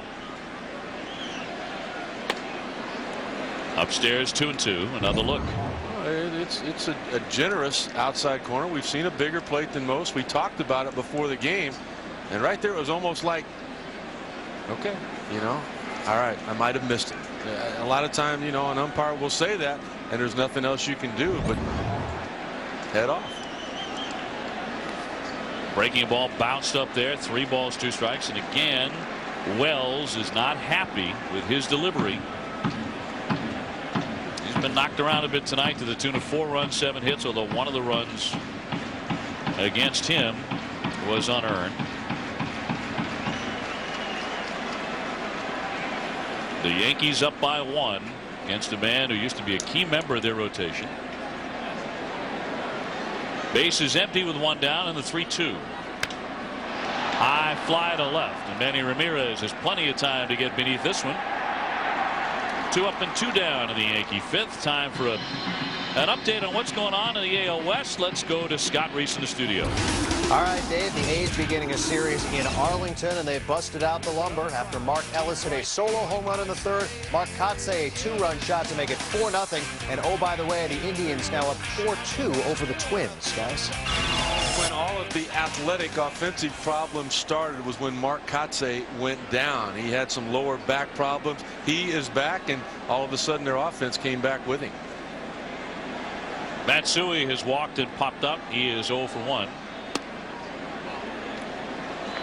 Wait, not seeing many fastballs at all out of David Wells tonight, are we? I think that complete game in his last start might have taken that good fastball away from him.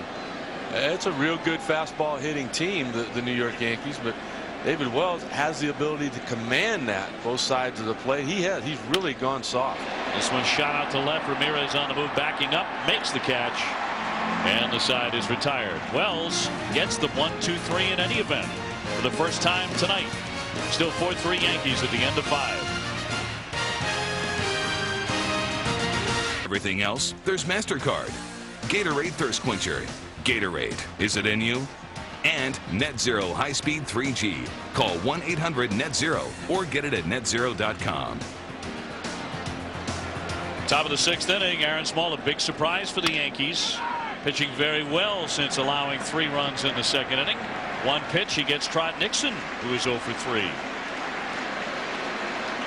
That's 7 outs in just 14 pitches by Aaron Small over the last 2 1/3 of an inning. Comes right out there with an outstanding changeup on the very first pitch. Trot Nixon looking fastball, easily out. Small coming off a magnificent effort, a complete game 7-0 shutout win over Oakland. He gave up just 5 hits, walked 2, and despite the 2nd inning tonight, continues to be very effective. Here's Veritek, who has walked, and he's also singled. He bluffed a bunt, and A-Rod had to run about a 100-yard dash to get in, given where he was playing, to cover the bunt. I think what Veritek was trying to do there, more so than anything, was just find a way to get the count in his favor against Small. He is pounding the strike zone with everything right now.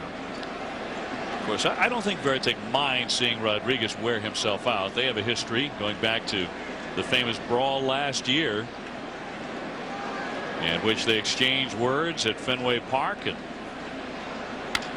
the brawl ensued as this one is flying deep to center, but Bernie Williams will make the catch. And there are 2 down. Let's go back to the studio for a Cleveland Indians update. Here's Scott Reese. All right, Dave, I know Yankee fans wondering about the Tribe. 2-2, Cleveland, Minnesota, bottom 5, Coco Crisp. It'll stay in the yard, but it is off the wall for a run-scoring double. Follow that up with a Victor Martinez single, and the Indians now lead at 4-2, top 6. They are on fire right now. They are on top, even though they're tied in the loss column for the American League wild card. Cleveland coming into play tonight has won 12 of their last 14. What a wonderful story. A group of terrific hitters. Many thought were a year away from really competing and really going after not only a wild card but a division title in the Central of the American League. And this might be the year. When CC Sabathia, he's on fire. Cliff Lee. Wickman's been outstanding. Millar gets hit by the pitch to reach for the 2nd time in the game. Small has one get away from him, hits a batter with 2 down. You just hear that crowd, and you know when these 2 teams go up against each other that, I mean, there's some tension in the air, and at any time anything could happen. And they saw their guy drill a guy with 2 outs and nobody on. It wasn't really by design. He didn't mean anything by that, but you could tell the Yankee fans loved it. Bill Miller has singled. He's also flied out to left as he takes one up high for a ball. The Red Sox are in a pretty brutal stretch right now. They lost a day off on Monday, Labor Day, because of a rainout that was rescheduled with the White Sox. It was supposed to be an off day for Boston, so they wind up playing 30 games in 30 days. They are in the 18th game of that stretch, and so far they're 12-5 in that brutal string of games. Yeah, what happened, Boston and the White Sox players wanted to put that game, as we look at Wade Miller now. Good information on him coming up. He had a great side session today. He will pitch in 3 days in AAA in a playoff game. Stung the other way by Miller. It drops down for base hit, his 2nd single, moving Millar into scoring position. So here come the Red Sox again with 2 down. They have 2 on. And Tony Graffinino, the hitter. Take a look here. Look at the head. Look at him going down. That is an outstanding pitch. I mean, that outside corner, maybe a little bit up, but still a pitch that if he's trying to pull and not going to the opposite field, look at that. I mean, that was like watching Agassi the other night in the U.S. Open with that little, whatever it is, backhand down there on the whatever the outside line. I'm not a big tennis guy, as you can tell, but wow. The baseline. So we're talking about. That's it. That thing. You got a chance to see that match in person. I'm telling you, it was what that crowd did. And the match wasn't over with till 1:15 in the morning. What they did to get Andre Agassi going, I mean, that was the first thing he mentioned in the post-game interview. He said it's 1:15 and there's still 20,000 people here. Man, that's one of the top 5 events of any kind that I've ever seen anywhere. It looked like a high school kid playing against a little leaguer the first 2 sets. I told my daughter, let's go. It's over. She wouldn't let me leave, and oh my goodness, am I glad we did it. In there for a strike on Graffinino, and the U.S. Open is the talk of New York. Early, at least it was until the Red Sox came to town. Yeah. And now they're fighting for the top story on the sports page. There's always something in this great city to talk about, isn't there? You're not lying. Millar and Miller on board here with 2 down. We're talking about tonight the Red Sox and Yankees in a renewal of this great rivalry. 4-3 New York. But a threat here for Boston. A couple of base runners against Aaron Small. Chopped toward third, but foul off the bat of Graffinino. One thing too that just a couple of days from right now that you and I will always think of coming to this city, of course, was 9/11.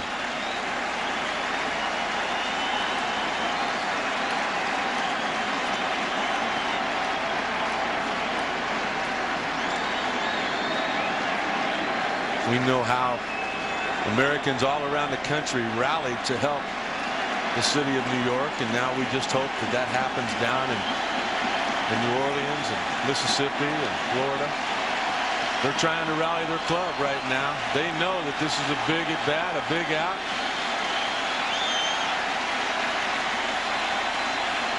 1-2 on Graffinino, 2 on, a 1-run game in the Bronx. Line shot, left field. Matsui makes the catch.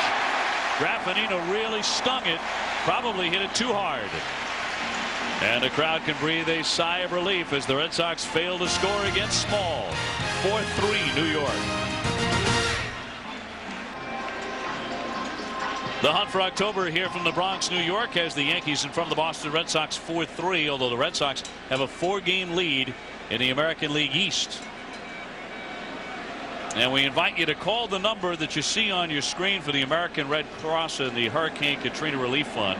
It's 1-800-HELP-NOW, or go online at www.redcross.org or MLB.com to see how you can help, as both the Yankees and the Red Sox have certainly done, and as mentioned by Sam Ryan, David Ortiz, $50,000 out of his own pocket individually. Well, how about what the New York Yankees, and when you talk the Yankees, you're talking Mr. Steinbrenner.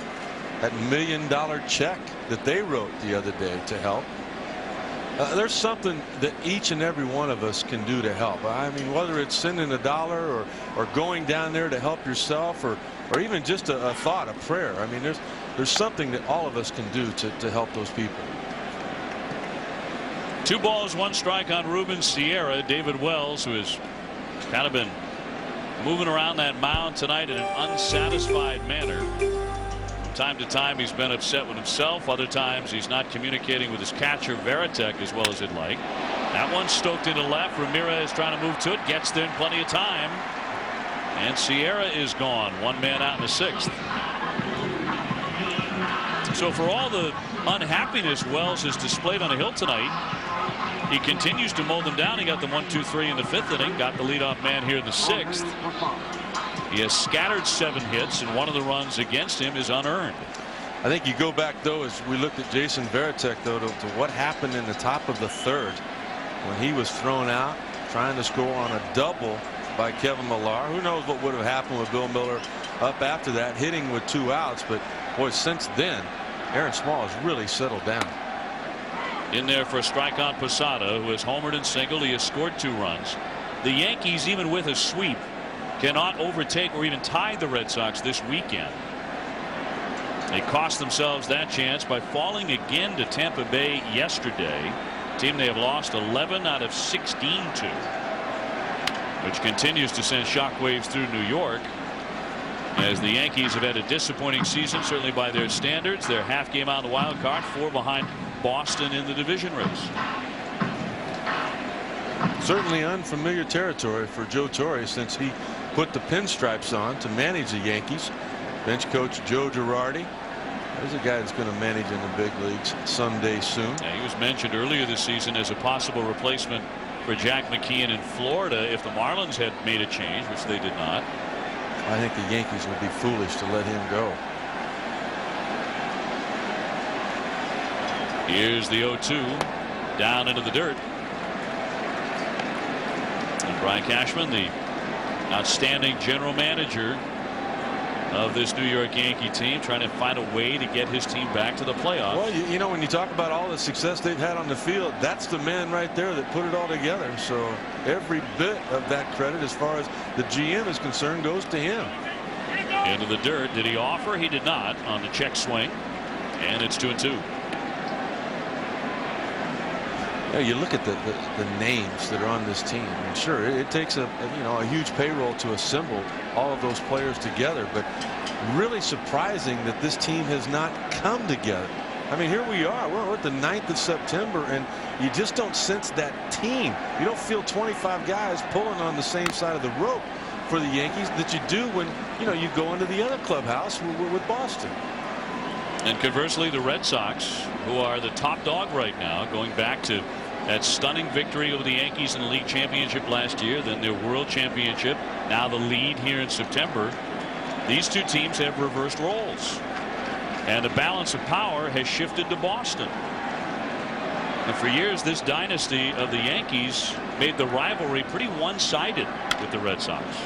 Chopper diving effort by Millar, can't get it to first in time, however, and Posada has his 3rd hit of the contest. But an excellent effort by Kevin Millar to keep that one from getting to the outfield. I thought he did the tough part, which was getting to the baseball. This is great range here, a full out dive, kind of a tough hop there to come up with. But now all you got to do is pull it out of your glove and make the throw. David Wells would have been there in time. Posada does not run well, but he could not make the exchange, and you've got another Yankee base runner on and an opportunity to extend the lead. Posada aboard for the 3rd time. He's 3 for 3, and here comes Robinson Cano, the second baseman. He's gone 0 for 2.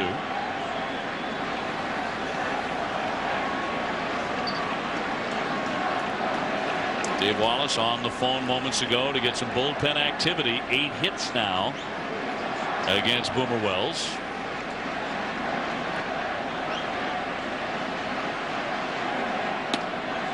In there for strike 1. Not that David Wells is doing anything wrong, but when you get an opportunity to expand your rosters, as all managers in baseball do here in September, it's just silly not to protect yourself and get somebody up. You got 11 arms down there that you can go to. Get a right-hander, get him ready in case your left-handed starter needs help. The sidearmer Bradford is quickly loosening in the pen for Boston. Big swing and a miss by Cano here. I heard a great story about Alex Rodriguez and Robinson Cano before the game today. How A-Rod's really taken the young infielder under his wing. They do a lot of things together on the road, and then 5 nights a week after a ball game, they'll go in the weight room together. They won't do a lot of heavy lifting, just a lot of toning up what they've had, but that's really the first time that Cano has found that weight room.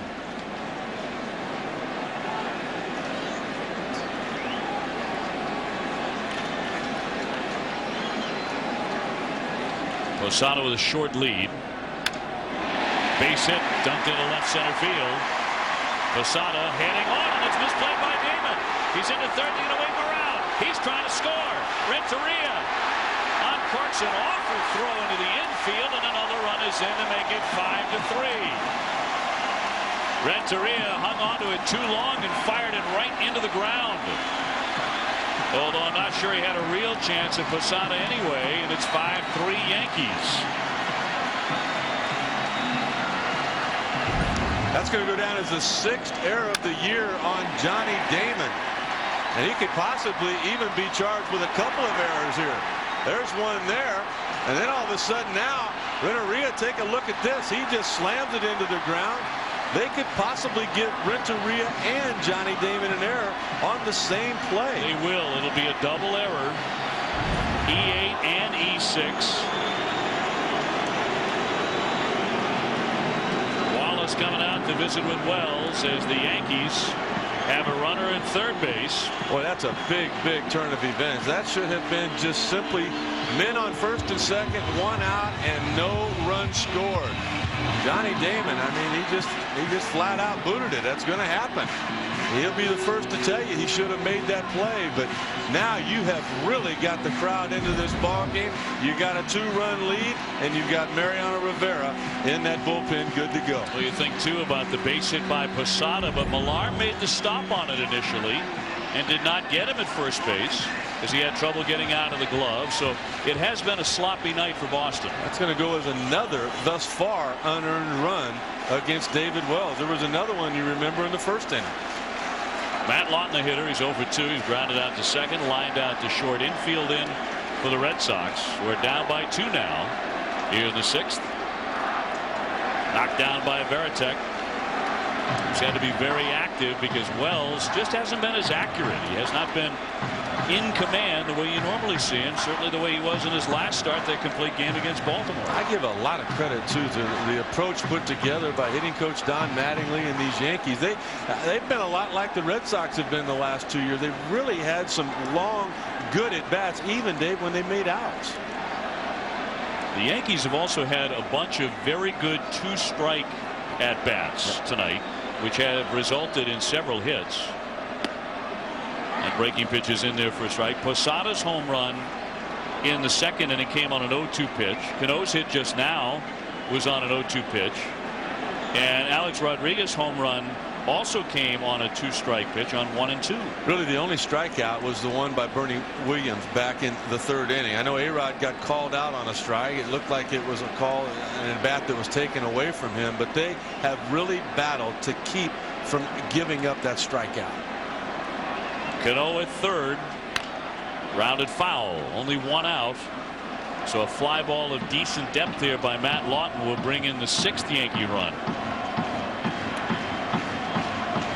We talked a lot about the Red Sox offense, as terrific as it's been, but the Yankee offense is pretty darn good too, in the top 3 in all of those categories. And it's remarkable to me tonight. They got 5 runs on the board, looking to make that 6 without Gary Sheffield.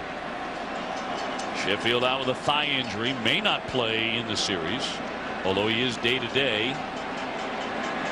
The 1-2 to Lawton. Rounded toward first. The runner will hold as Millar makes the play for the out. 2 down. Crowd didn't like that. They wanted to see Cano sent from third to test the arm of Kevin Millar. He held up instead. I think they're a little upset with what they've seen from Matt Lawton tonight. He's out there because Sheffield could not play. He's had some problems defensively, 0 for 3 offensively, and wow, David Wells will not be happy with this. But here comes Bradford. Francona has called to the bullpen. He's going to make a pitching change, and that'll do it for Boomer tonight. So his return to Yankee Stadium in the Bronx does not go well this time around. He's on the short end of a 5-3 score and will leave a man at third, and plenty of booze in his ears as well in New York. Johnson, 13th home run of the season. Mark Ellis has also gone deep for the A's. They lead the Rangers in Texas 5-2. Dave? Scott, thank you very much. Here it's 5-3 Yankees, so they've got the flags waving in New York. They have out-hit Boston now 9-8. Red Sox have made 3 errors. David Wells is done. Chad Bradford and his unusual delivery coming on. Just trying to give Derek Jeter a little different look. Jeter with a base hit and his last at bat off of David Wells. Boomer not happy, not only with him coming out of the game. I'm sure he doesn't appreciate the errors that were committed, but nonetheless, Derek Jeter trying to add to the 5-3 lead. Jeter has hit in 7 straight games, added to that with an RBI single in the 4th inning. He singles here. It'll be his 2nd run batted in tonight because he has a runner at third and Robinson Cano with 2 down. So Jeter 1 for 3. And Tuesday against Tampa Bay, Derek played in the 1500th game of his career. Over that span, he has 1,900 hits, and he has scored over 1,100 runs. The last player in the majors with as many hits and runs in his first 1,500 games was Joe DiMaggio, which is a name you hear very often when you talk about Jeter here in New York. It's funny. They're trying to move Manny Ramirez defensively out there in left field. It's the last place in the world Manny's going to look is the dugout. He probably saw him. He just, you know what? I'm going to stay right here. The 0-1 sidearm way outside. Manny Ramirez, of course, earlier this summer walked into the Green Monster and disappeared for a while. Oh yeah. There's no telling. I mean, your guess is as good as mine why he did that. But Manny being Manny, he can hit. Can he? They're going to need him tonight. 2 balls and a strike on Jeter.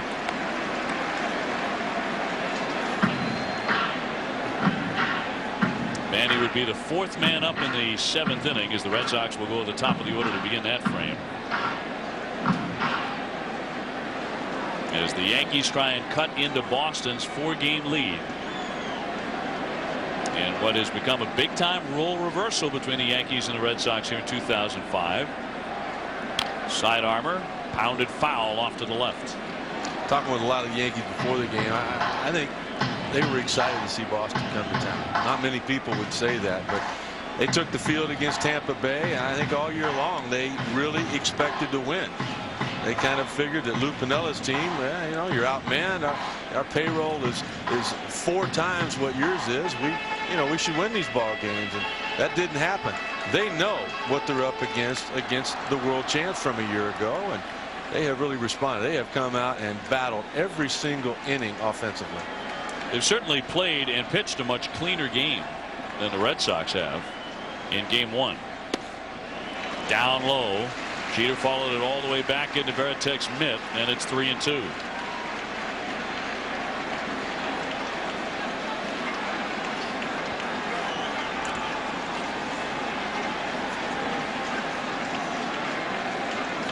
A couple of key errors in this inning committed by the Red Sox. Damon and Renteria with misplays.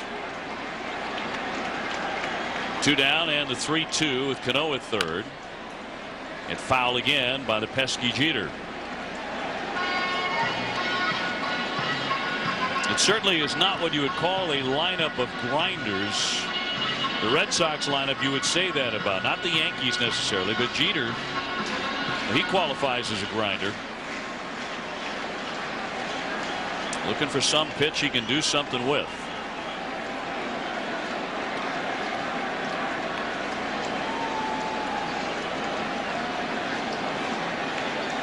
The 3-2 again. Fouled away again. Really hasn't had a good swing yet. He's not made good contact, but nonetheless he continues to hang in there and hoping that Bradford will make a mistake. How about the power from Derek Jeter? This guy, he just keeps getting bigger, stronger. Well, it's not possible that, but it seems like he gets taller. I don't know if it's his shoes or what's going on. Cano at third, 3-2 pitch. Just a piece of it again. I was telling him before we got said, you know, I'm not sure if I could whoop you anymore or not. And he said, well, you know, I have too much respect for my elders. I think you're onto something with these shoes, though. He's got something going on there. Boy, what a player. It's our nature to pull against the Yankees. We've always liked to root for the underdog, but you cannot root against Derek Jeter. 3-2, slice foul out of play as this at bat continues. Although I would say this, it's a pretty good debate. Who's the better leadoff man?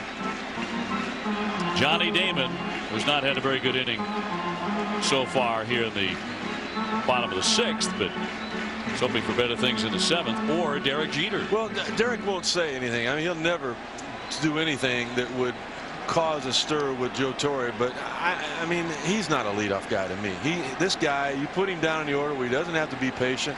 I think Jeter could hit 30 home runs, particularly if you got him out of this ballpark for a right-handed hitter.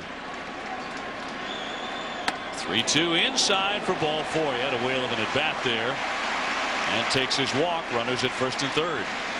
No Kenny Lofton, no Chuck Knobloch. What other option does Joe Torre have, though, than to use Derek Jeter in that leadoff spot? What an at-bat here. Just off the inside corner, pulls the hands back. Another quality at-bat by the New York Yankees tonight.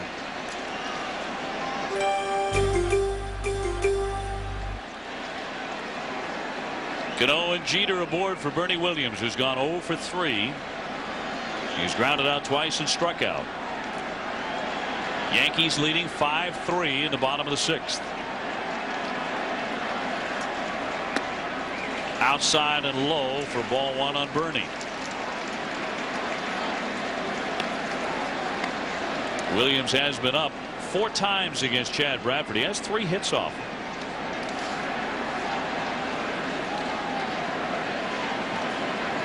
Really hasn't mattered a whole lot throughout Bernie Williams' career. Left-handed, right-handed. There's a left-hander now up and throwing in the Red Sox bullpen. Myers, the lefty, fouled away by Williams. Now in game 2 tomorrow, an afternoon tilt, Curt Schilling is scheduled to go against Sean Chacon.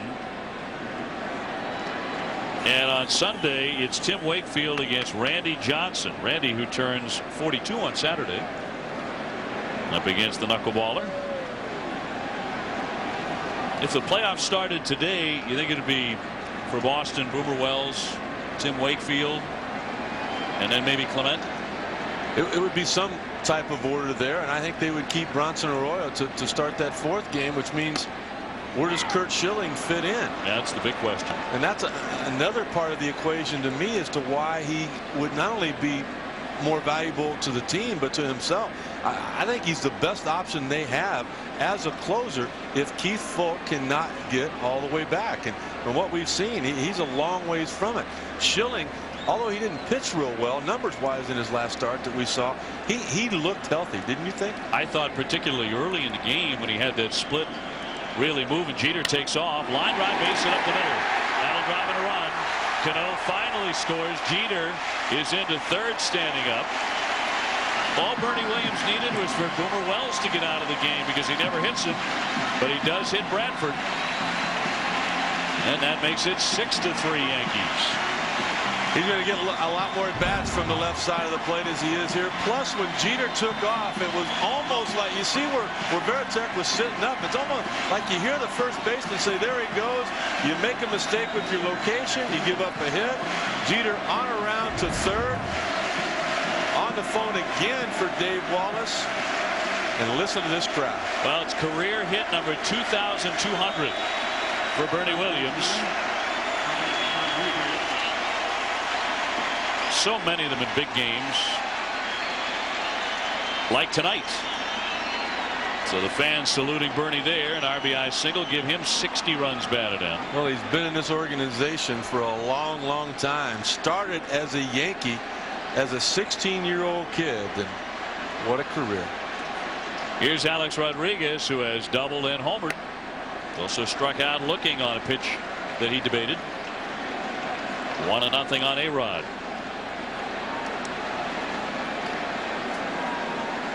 Making a run at an MVP at 322 with 109 runs batted in. That here's really been a problem for both of these teams, finding that bridge to the last 2 guys. Really nobody right now that Joe Torre trusts to get the ball to Tom Gordon and Mariano Rivera. 2-0. And if you're Terry Francona and you take your 7th, 8th inning guy, Mike Timlin, and put him into the 9th, how do you get to him? You know, starters have the ability to get there, but boy, when you get into the postseason, it just does not happen a whole lot. Timlin has just been, he's been unbelievable the last 3 years for Boston. They lead at 1st and 3rd. Ground ball foul. 2-1 on A-Rod. And Jason Giambi would step in next if the inning is still going. He has 2 hits tonight. And Posada has 3. Anything ever changed with Derek Jeter? I mean, has he ever known what pressure, what it means, what it's all? The ground ball down the line. Just foul. Take it down the line. Well, take a look at what he does. I mean, there, look at it. I'll catch it for you. Line drive, base hit, center field. Jeter will come on in to score. 7-3 Yankees. That's the 4th hit of the inning for New York. There we go again. The same old story. Just not able to find somebody to come in and get that last out. Once again, Terry Francona is going to have to go to his bullpen. He has made the call here in inning number 6 as the Yankees have for the first time tonight scored more than 1 run in an inning. They've scored 3 and looking for more with Giambi waiting his turn. So we have a pitching change. Big part of the inning. Mistakes by the Red Sox. Nice stab there by Millar, but could not make the exchange. And then Damon with the misplay. Renteria with an awful throw after that. That was it for Wells. 7-3 Yankees. In the Bronx, where the Yankees have a 7-3 lead on their hated rivals from Boston. Myers coming on. Mike Myers in his 56th appearance of the season to take on a man he usually has trouble with in Jason Giambi. Well, I look at those numbers right there, and I think that's another outstanding year by Mike Myers. A 3-1 record. You look at the opponent's batting average, and then most of the time, this is the kind of opponent that Mike Myers will oppose, and that's a guy like Jason Giambi, a Hank Blaylock, a Garrett Anderson, Eric Chavez. First pitch in there for strike. Giambi 4 for 9 off of Myers, including a home run. As runners at first and second, 3 Yankee runs in to take a 7-3 lead. They have out hit Boston 11-8. Giambi has 2 of those hits, a single in the first and another one in the third. Outside, although he had a notion to swing, it's 1-1. I feel pretty confident to say that Jason Giambi is all the way back. It would appear so. The power numbers are there. He's right back on top of the plate. Doesn't care about the opposite field anymore. If he hits it there more times than not, he doesn't hit it real hard. I mean, he is daring you to come inside and you go ahead and shift. He doesn't care. You can't put anybody in the stands, and that's where he has been hitting it a lot. 27 times this season. A whole slew of home runs through the month of July. And Yankee Stadium, of course, always a great park for a left-hand hitter who will pull it. That one ricochets off the glove of Myers. Renteria can't get it. Here comes Bernie Williams. He is in to score. Myers had a chance to make the play, although it bounded off his glove on a hot shot by Giambi. And everything's going right for the Yankees in this inning. They lead it 8-3, and nothing going right for Boston. Doesn't matter who Terry Francona has brought in. Nobody can get that last out. Take a look at Myers. 500 now on the career for Jason Giambi against him. That ball hit right back up the middle. Nothing Myers, Renteria could do. Another RBI for Giambi. And the 5th Yankee hit here in the 6th inning. All of them singles. They have scored 4 times in this frame, and Matsui becomes the 9th Yankee to bat in the 6th. Starting to get away from the Red Sox, even with all the runs they score. Particularly the way that Aaron Small has pitched. It is outside for ball. I think more than anything, he really has been the story. Had a little hiccup there on the top of the 2nd. We were able to put 3 runs up, a couple of base hits. Renteria really hit the ball the hardest of anybody, but he has settled down, and like Reggie Jackson said, you have to have good pitching or everybody looks bad. Swinging a high, deep drive right field by Matsui. Backing up Nixon with room. He's got it for out number 3. Matsui just missing what would have been a 3-run homer. And Myers is finally the man to get that 3rd and final out, but not before the Yankees score 4 times to lead it 8-3. The Yankees just hung 4 runs on the Boston Red Sox, and some of that on the bullpen, of course. 3 hits, a walk, and a couple of runs. The way it looks now, David Wells will pick up his 7th loss of the year, and he really did not do anything wrong in that inning, but he will be charged with that loss if they're not able to come back. Small tonight, 6 innings. He's scattered 7 hits, allowing 3 runs, all of those in the 2nd inning. Nothing small at all about the numbers that he has put up this year. Busted bat by David. He knocks it into right field for a base hit. He'll be content with a single. His 2nd hit of the ball game, and that's how the 7th inning begins. Time for a 30 at 30 update with Scott Reese. All right, Dave. Oklahoma quarterback Rhett Bomar ticketed for being a minor in possession of alcohol at a party early Sunday. Unclear whether the misdemeanor will affect his status as starter for tomorrow's game. And the Pittsburgh Penguins signed #1 overall pick Sidney Crosby to a 3-year deal, $850,000 per season plus incentives. These stories and more coming up on SportsCenter ESPN2 after college football. Right now, back to New York. And Edgar Renteria in the box. Is a 2-run double this evening. And looks at a strike here. Big crowd, of course, at Yankee Stadium. Over 50,000 again. So it's one sellout after another. They've already attracted more than 3.5 million fans. 4,050,947 was the all-time record by the 1993 world champ Toronto Blue Jays. They are approaching that record, and without a rainout, could very easily break that record. And you know, when I think of it, and all these people coming out, the #1 thing I think of is George Steinbrenner's commitment to winning. You know that if it can be bought, he's going to go get it to try to help this team win. Outside on Renteria, 1 for 3 in the contest. Damon aboard with 2 more hits tonight. He's on at first base as the Red Sox trail by 5, but with their offensive output, there is time. And the Yankees know that oh so well as Small comes set. Ground ball deep short, down for a Jeter, airborne, guns it into second to get the first play. He has a patent on that throw, doesn't he? You know, to me, he's just a guy you got to avoid. With the walk off of Bradford, the first hitter that he faced, the next thing you know, Jeter scored, Bernie scored after that.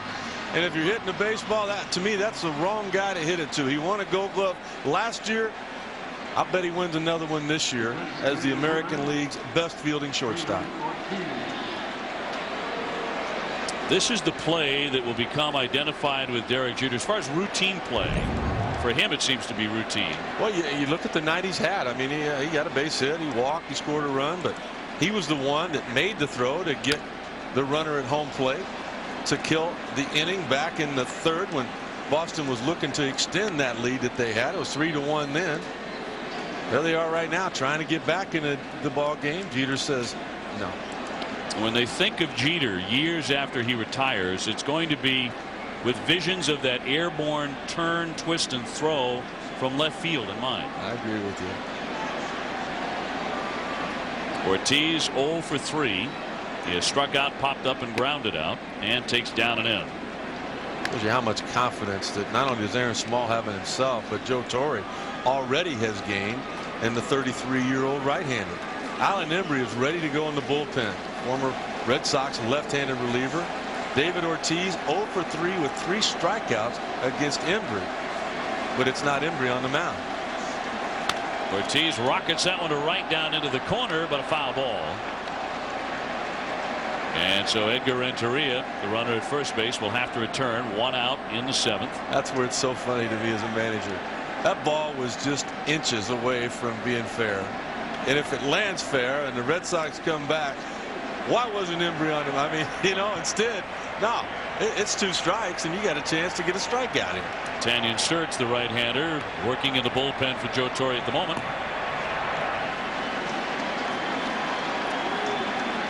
Ortiz trying to add to his totals of 38 homers and 122 runs batted in, and fights that one off foul.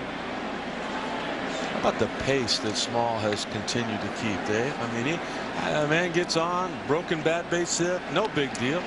I mean, he is standing on that mound, ready to go. Whatever Posada sign that he puts down, he's going to throw it, and generally going to throw it in the strike zone. If he wins tonight, he's 7-0.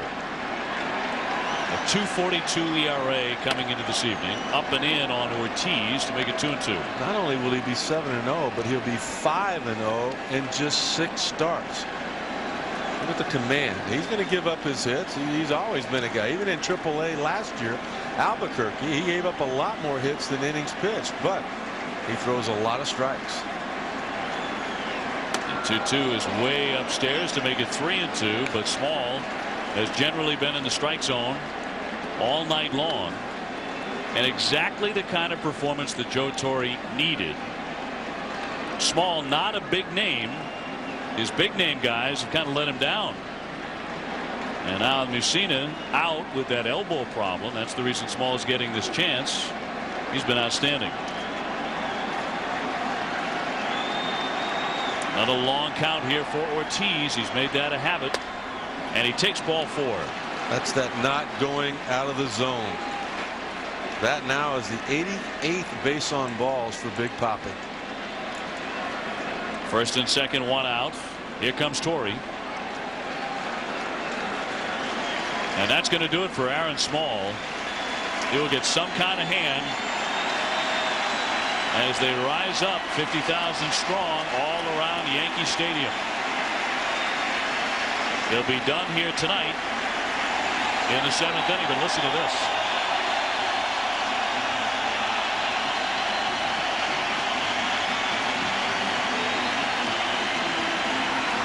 Small with another wonderful effort leaves ahead 8-3 at Yankee Stadium.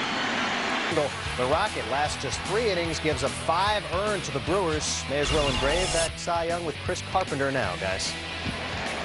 Wow. Wow. Manny Ramirez at the bat fouls one away as he faces the new Yankee pitcher in Tanyan Sturtz, who takes over for Aaron Small here tonight with runners at first and second and only 1 away. Red Sox trying to rally, and Manny has had success against this right-hander. Look at all those home runs, Sud. He has had a lot of success and a lot of at-bats off of Sturtz. I'll tell you what, Manny Ramirez has gotten better with each at-bat thus far tonight. 1 for 3 with an infield single. Went around, and it count nothing at 2. That fastball at 91. You look at the numbers for Sturtz, not bad, but at one point he was dominant down there in the setup role.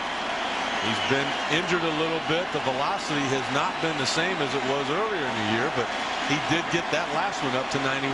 Renteria at second, Ortiz at first for Boston. Manny Ramirez with 33 home runs, although he hasn't hit one since August 21st.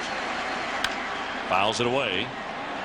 That was in a game on the road against the Angels. 117 runs batted in, although that's second on the club behind Ortiz, who leads the majors with 122. What's kept Manny's average, partner, from being 300 again, as always, is that he has really struggled against left-handed pitching. Only 223 this year.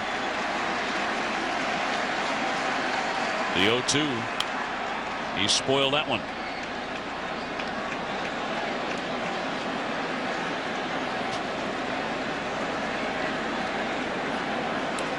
On this same date 1 year ago, September 9th, the Boston Red Sox trailed the Yankees by 3.5 games in the American League East. At the moment, they lead the Yankees by 4 games.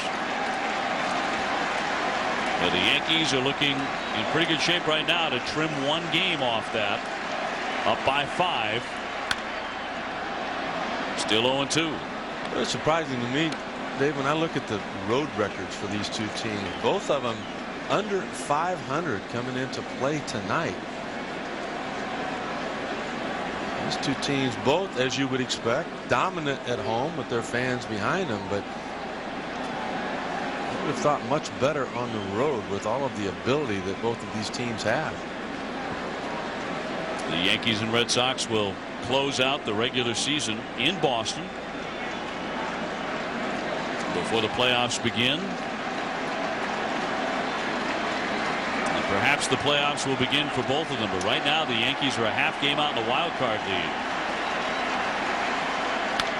0-2 fouled off again by Ramirez. Yankees just 4 games coming into play tonight behind the Red Sox. How about if the Yankees were in the same division with the White Sox? what would be going on here in New York if they were 9 games out in their division. Wow. Well, you wouldn't have 50,000 here every night. No. And I don't care what kind of numbers Alex Rodriguez put up. He was brought here to win a world championship. They have not done that. 2 on, 1 out. That hit him. Manny Ramirez struck by the pitch. He's on to load up the bases. So hold the phone for a minute. The Red Sox are not done yet.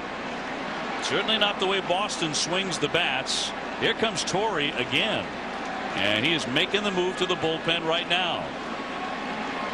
Same old story all year long for these two teams in this part of the ball game. 6th, 7th inning. Neither manager has really had an option to go to. Trot Nixon due up. Joe Torre to the pen again, and we'll be back in New York in just a moment.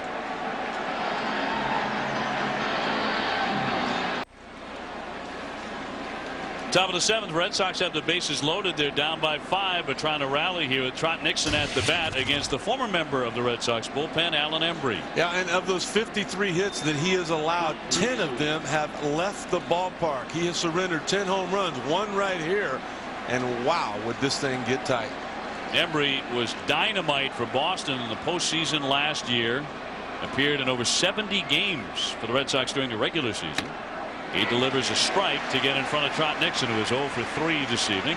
But he faltered early, and the Red Sox cut him loose at the end of July. The Yankees scooped him up and put him in the pen. And recently, the Yankees did the same thing for another cast-off from Boston, Mark Bellhorn, the second baseman, who's on the bench tonight for Joe Torre. This is a spot right here. Trot Nixon has had trouble with left-handed hitters. Left-handed pitchers in the past a lot. It's always been a question mark for him. Gabe Kapler on the bench, an option for Terry Francona, but it is Trot Nixon who he sticks with. He has 8 career grand slams, a Red Sox base runner everywhere you look, and that's a strike. And Nixon suddenly in a big hole, 0-2. Manny Ramirez had 2 strikes on him. David Ortiz had 2 strikes, and now, with that generous home plate we talked about, we would see all night with Bill Miller, Trot Nixon 2 in the hole. 1 out, no place to put Nixon, but Embry gets in front big time.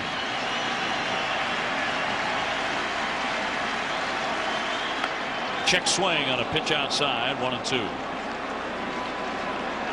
Nixon with a chilly month of September right now, 4 for 25 this month. And on deck, the Red Sox captain, Jason Varitek.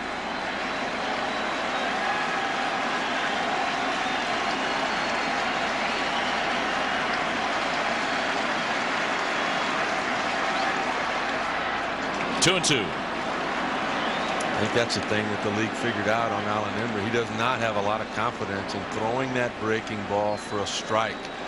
As far as K-zone was concerned, Bill Miller missed the 0-1 pitch, and the count now should be 3-1. All 3 of the balls would have been breaking balls.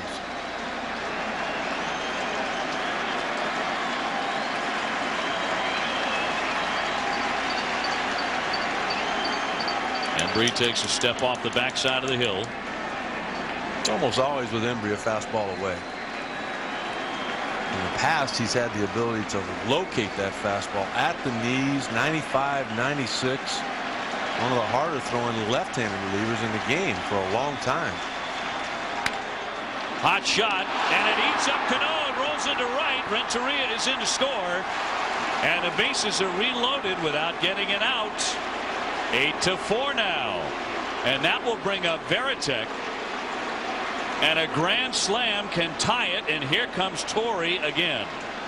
You can't leave Varitek, the switch hitter, on the right side of the plate. Only Gary Sheffield has hit left-handed pitching better than Varitek has this year. So once again, Joe Torre out to his bullpen here in just the same inning. It'll be an error on Cano. Give the RBI to Nixon. So the Red Sox have made most of the mistakes in this one. They've made 3 errors. But Robinson Cano, the young second baseman, makes a mistake of his own, and it's an 8-4 game.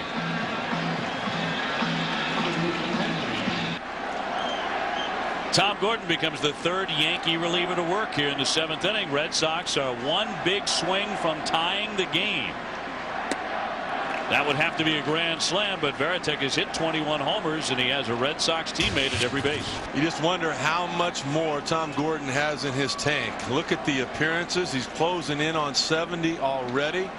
He had to come in for an inning last night.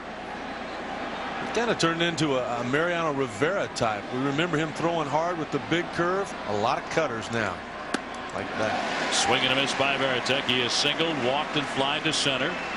1 for 2. Under the downward movement, you can see Posada sitting in. You don't look for anything straight much anymore out of Tom Gordon. Just one grand slam for Varitek in his major league career.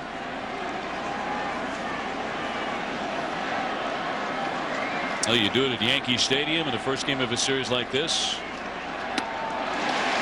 1-2. One of those swings you'll never ever forget, but now he's behind on another good cutter there by Gordon. Exact same pitch. Not much of an adjustment there made by Varitek. He has put himself in a hole.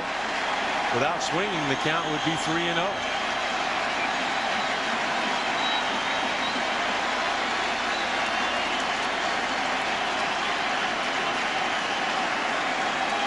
The 1-2.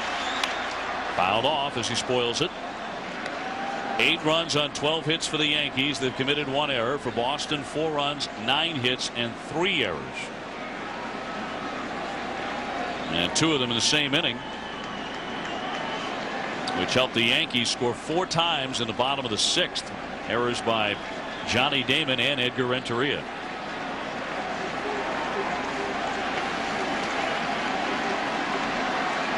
The Cleveland Indians have knocked off Minnesota 4-2. That's a final. Ground ball toward Cano. He scoops this one to Jeter. 1 double play. Side retired, and Boston has to settle for a 1-run. Varitek had another thought in mind, but the Yankees lead it 8-4 in the 7th. Back in the big house in New York, Yankees leading 8-4. You're rejoining us for the 7th inning stretch. Let's explain how he got to this point with the Yankees ahead by 4 in what is really a must-win for them. In the first inning, the Red Sox got a little bit sloppy, and despite this throw off the mark, only 1 run scored. Second inning, the Red Sox bounced back and in fact scored 3 times, 2 of them on this double by Edgar Renteria, to take a 3-1 lead. Posada responds in the very same inning with a solo home run. David Wells was really throwing the ball well. They scored a couple of runs, and then Alex Rodriguez with an opposite field home run. Here's Jeter. There's a base hit. Johnny Damon comes up with it. Another run scored. They scored a run in each of the first 3 innings. And here we go. Then all of a sudden things start to unravel for Boston. An error on Damon, followed by an error on Renteria, followed by David Wells coming out of the game. And then the bullpen merry-go-round as the Yankees went swinging away against a succession of Red Sox relievers. This one off Myers' glove. Renteria couldn't get it, and another run would come on in to score. Bernie Williams, as the Yankees scored 4 times in the bottom of the 6th inning. Our Viagra game track shows Aaron Small had another fine outing tonight, set 6 1/3, striking out 3. He's in line for the win. Well, I think people have got to start saying that he's legit. I mean, you don't go 7-0, 5-0 in just 6 starts if all of a sudden you're fooling people. They have seen the video on him. They watched everything he has done in the past, the Red Sox before the game, but he still pitched very well tonight. Posada helping out, a 3-for-3 game. A-Rod 3-for-4 with a home run. And with a victory tonight, Aaron Small goes to 7-0 on the season, and they don't miss Mike Mussina nearly as much as they thought. Now, college football primetime is coming up next. Washington State against Nevada, right here on ESPN. So plenty of sports still to come here on the worldwide leader. Tonight, we come to you from Yankee Stadium. Red Sox at the moment with a 4-game lead But the Yankees eager to slice a game off of that in the AL East. Chad Harville on to pitch for Terry Francona and the Red Sox here. You're going to see a lot of guys now for Boston that normally don't pitch when they win. Here's Ruben Sierra to lead off the home half of the 7th.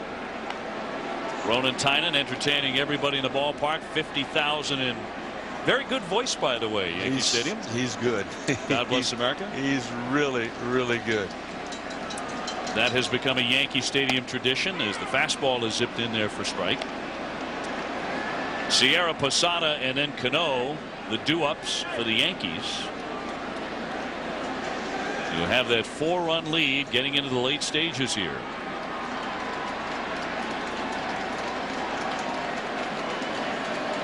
Sierra batting .254 up on the left side, and he takes it downstairs for ball. For a lot of teams, Mariano Rivera down there in that bullpen would just figure it was over with. They're going to bring him in. Joe Torre may have to use him in the 8th inning tonight because he had to go to Gordon in the 7th. But the Boston Red Sox fear no closer, and that includes the great Mariano Rivera. Well, they've had so much success against him where other clubs have not. Last year in the playoffs, earlier this season, they got to him in back-to-back games in April right off the bat. And a lot of the Red Sox, like Johnny Damon will tell you, well, a lot of that is familiarity. We see him so often play the Yankees 19 times a year. And so many of the games are close, nail-biting, tense affairs.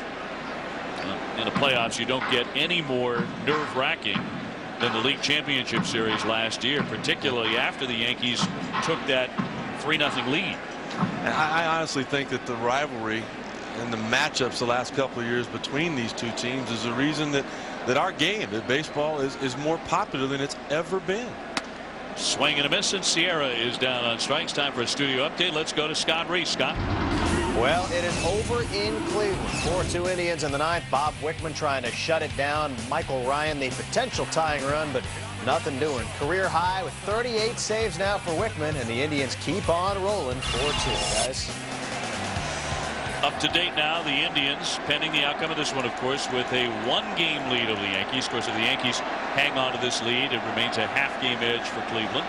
That's got to be a crushing defeat for the Minnesota Twins. Not only to lose to Cleveland, but to lose with Johan Santana starting the game. Wickman got the save, his 38th. Here's Posada. A home run and a couple of singles. He has scored 3 runs. He's been right in the thick of it for the Yankees.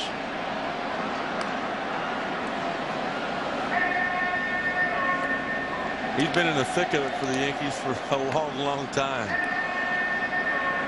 He's going to be catching Sean Chacon, another surprise Yankee pitcher. Since they got him from Colorado, he's 4-2 with a .308 earned run average. He pitches tomorrow afternoon against Curt Schilling. Yeah, I was in Brian Cashman, the general manager's office for the Yankees before the game, and he says, you know, the only people that deserve credit for Aaron Small and Chacon are those guys themselves. He said, we didn't know anything about them. We just knew that we needed an arm and they were available. None of our scouts reports, you know, really favored bringing those guys in. They are the guys that have turned it around. 2 balls, 2 strikes on Posada. That's one thing that I've always loved about Cashman. I mean, he is as honest as any person that I've met in the game. Sure, he'd like to, you know, a lot of guys would pat themselves on the back. Yeah, we had a report. You know, no. He just tells it like it is. Wrapped foul, pulled foul by Posada. Cano waiting his turn up next. Boomer Wells pitched tonight for the Red Sox, but certainly not the kind of outing that he expected coming back to a stadium he has pitched so well in. Wells 45-19 lifetime here in the Bronx, but he gave up 9 hits, 5 runs, and 5 2/3. And he didn't get much help. He did not. And as you see, 3 of those runs were earned. As the Red Sox made some mistakes behind him. He never looked real comfortable, though, tonight. No, I mean, a complete game the last time out, you might say that kind of took its toll on him tonight. I don't think so. I give a lot of credit to the Yankees for battling every single at bat. They wouldn't give in. They refused to strike out for the most part. They battled. They got him out of the game, and they got to the soft part of the Red Sox bullpen. Posada couldn't hold up. He strikes out. 2 gone in the 7th for the Yankees. And Sunday night, the two teams we were just talking about, the American League wildcard race, meeting on ESPN2. It's the Twins and the Indians. That's also available in Spanish on ESPN Deportes and high definition on ESPN2 HD. If you've never seen John Miller's ties in high definition, oh, you are in for such a treat. Indians currently leading that wild card race by 1. You know we'll pay for that, because you know they get their turn on Sunday nights to fire back at us. Here's Cano, who has gone 1 for 2 with a sacrifice. Bounding ball and a base hit. That went out of the reach of Edgar Renteria. He's going to have to change some things defensively. He made his 14th error of the year, but they're going to stick with this kid. He will be a terrific offensive player if he's able to stay healthy.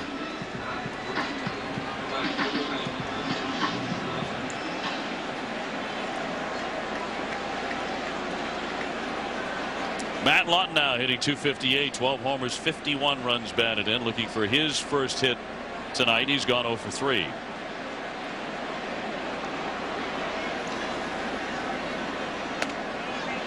He checks, and it's up and away for ball 1. And son, it has to be a terribly difficult thing, even for a professional athlete who's used to travel and used to relocating, to play for 3 different ball clubs in 3 different cities in one season the way that Matt Lawton has. Some of that has to explain his poor numbers since coming to the Yankees. 4 for 33 now. You know, there are a lot of people that just can't handle what goes on in New York. He's not only pressing for the fact that he's not doing well, he's got Tony Womack looking over his shoulder, and you know the only way to get out of it is to swing the bat. And believe me, opposing pitchers know that, and they will mess with him. What are some of those things you'll do to mess with a guy who's in a slump? Oh, you'll just tease him. Not that you ever did it. Oh, you'll bounce breaking balls. You'll throw 2-0 changeups, knowing that he's got to get some hits to turn it around. You know, walks aren't going to raise that average, and that's where the pressing comes in. People start swinging at pitches that aren't in the strike zone. Now, you know when a guy's seeing the ball well by a lot of times how he takes a pitch. Well, even on that pitch there, breaking ball, nowhere near the zone. He had to check his swing. 2 out and a man on. Yankees on top 8-4 in the 7th. In a game that is a little over 3 hours old. Red Sox still believing they have a shot in this one with their offensive surges. That's legitimate. Cut on and missed by Lawton. Quite late on that stroke, and it's 2-2. Fastball away. I mean, Lawton's a good hitter. He has been for a long time. And he normally will just take that ball to the opposite field and make good contact. He just completely pulled off of it.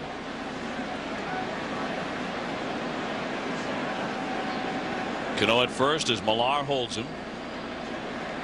And the 2-2. He wouldn't chase that one.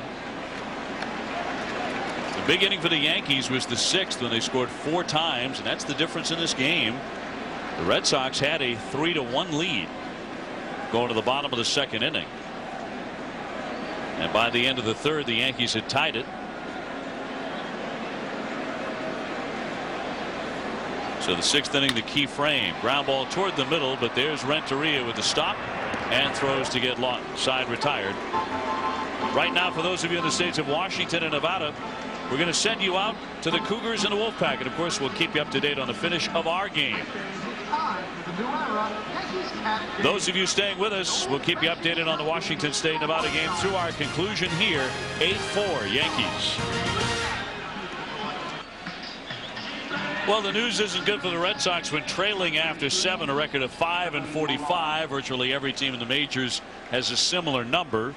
But this is the Red Sox and the Yankees, and nutty things do tend to happen.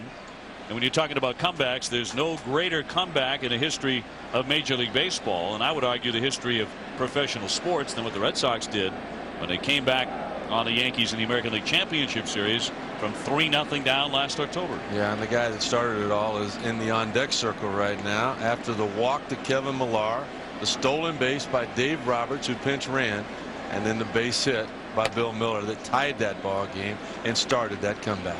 I'm talking with some of the members of the Red Sox front office, guys who did just a great job, Mike D and Sam Kennedy, yesterday, and they said, you know, not a week goes by where they don't sit in the office during a lazy couple of hours before game time and think back to the American League Championship Series and still react in a state of shock. Like, did that really happen? Did it really happen that way against the Yankees? Yeah, it's going to take years for that to sink in. You know, you and I did that series, and walking out of that ballpark after game 3, we both saw that same sign that said, "You fooled us again." And you know what? I mean, even though we thought going into the series, we thought Boston would win. I think we both agreed on that. But when we saw that sign, we went, you know what? They did. They got us again. And you get it late in the ball game. You got Mariano, and what they did, you know, nobody at that point expected. We talked about it. They've added Matt Clement. They've got Wade Miller, who could come back now. But they expected to be carried this year by Curt Schilling. That hadn't happened. There's been some other guys that have really stepped up for them. And it's just been a total team effort by Boston again this year. Fouled away by Millar. You spoke of it when we came on the air tonight, that Red Sox fans are far more confident all through New England than they were before the World Championship and a great comeback last year. But hey, you lose tonight. If you're the Red Sox, you're 3 games up. Okay, still have 2 more left with the Yankees. Got them 3 more times at the end of the season. No sense of panic whatsoever for Boston. I don't know that it was a must-win for the Yankees. It's a must-win series, I believe, for the Yankees. Fly to shallow left, but in Matsui to make the catch. So Millar is retired, 1 away in the Red Sox 8th. Let's go to the studio and Scott Reese. Well, Dave, those of you expecting to see college football, Washington State and Nevada, they are underway in Reno. No score, 9 minutes to go in the first quarter. We'll keep you updated as we go. But now back to Yankee Stadium for the conclusion. Scott, thank you very much. Bill Miller in. He has singled twice. So he has raised his batting average tonight to .296 with 8 homers and 57 runs batted in. That one spins him around inside. The pitch from Gordon. Tom Gordon was the 3rd relief pitcher that Joe Torre turned to in the 7th inning.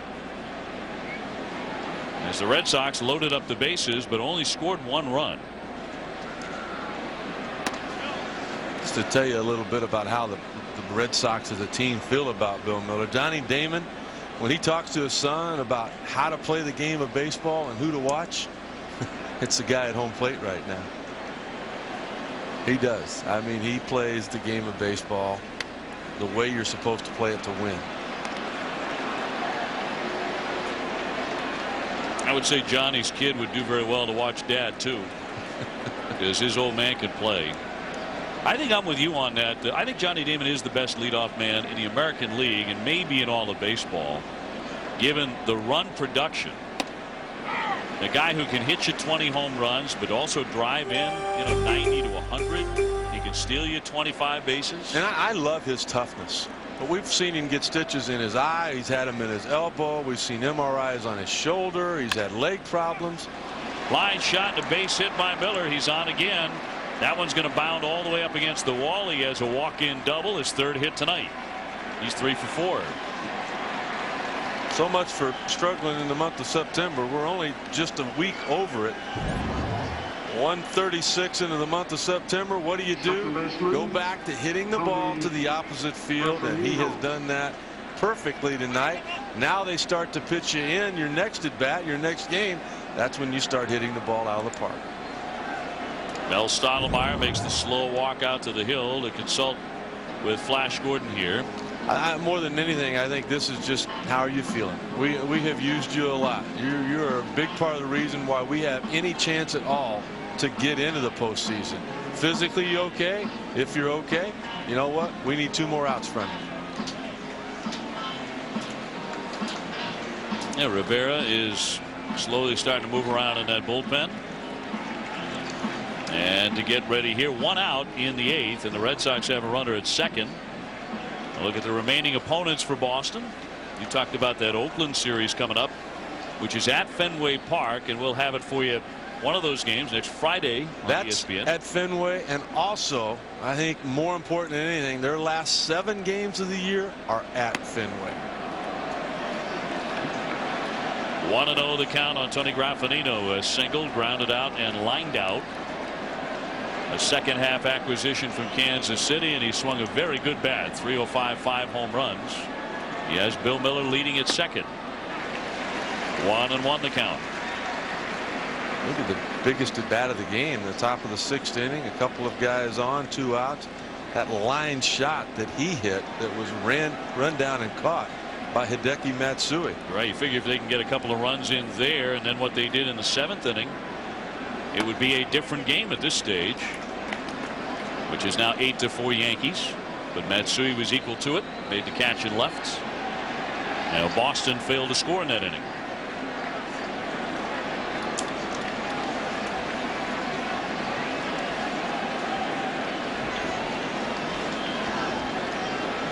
Gordon, the former Red Sox closer, delivers. Look at this. Look at how they worked it. This is your 8th and 9th hitter up right now. Miller worked the count, got the double. Already now it's going to be at least 5 pitches in this at bat for Graffinino. Whether you win this game or not tonight, it's going to be tough for Joe Torre to bring Tom Gordon back if he's got the lead tomorrow night. The 3-1. Big swing and a miss by Graffinino. So what do you do now? You expect Sean Chacon to get through 8 innings to get to Mariano? That's asking an awful lot.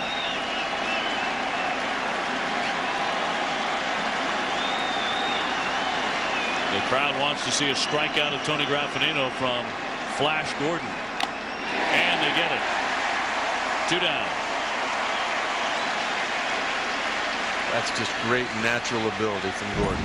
Those are 2 fastballs right down the middle. He knows what's coming, and he can't do anything with it because of that arm strength.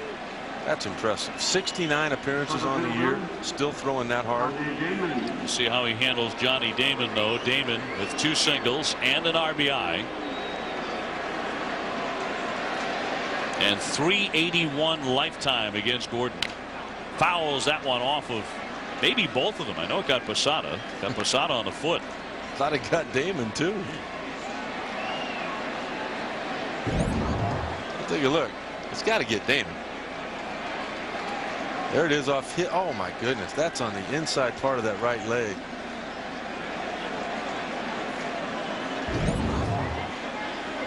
Oh.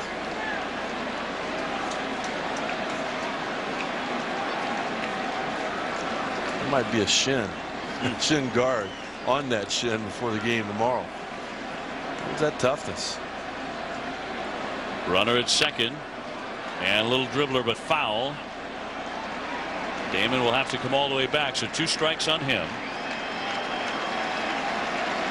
Plenty of hits in the game, as we suspected. 23 total. The Yankees with 13.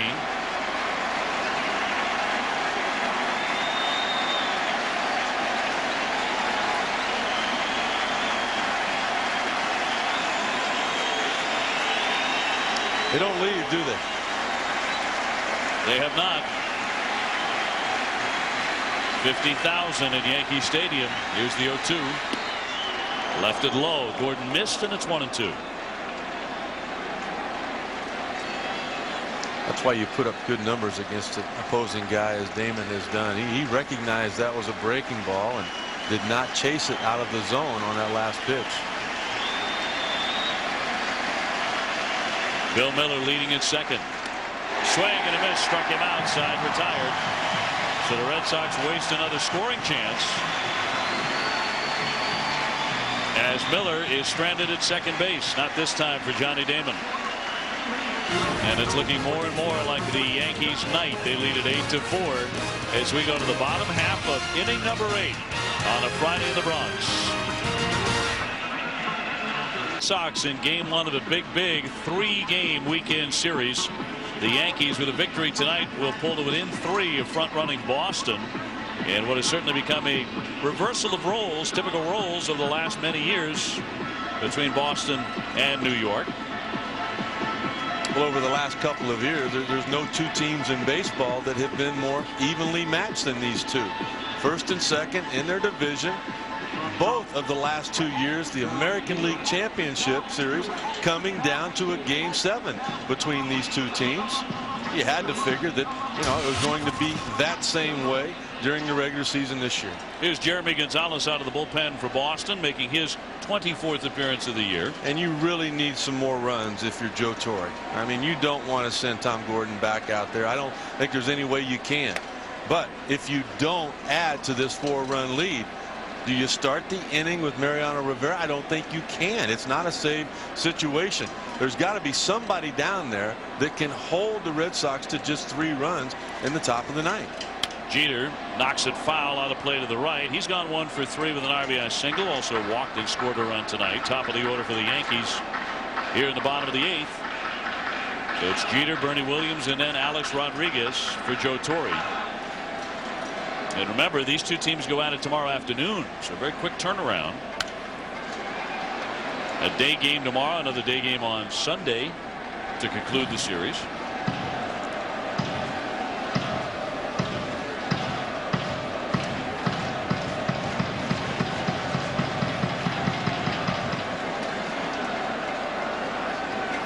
So many things that the Yankees will look back upon this year if they do not get into the postseason.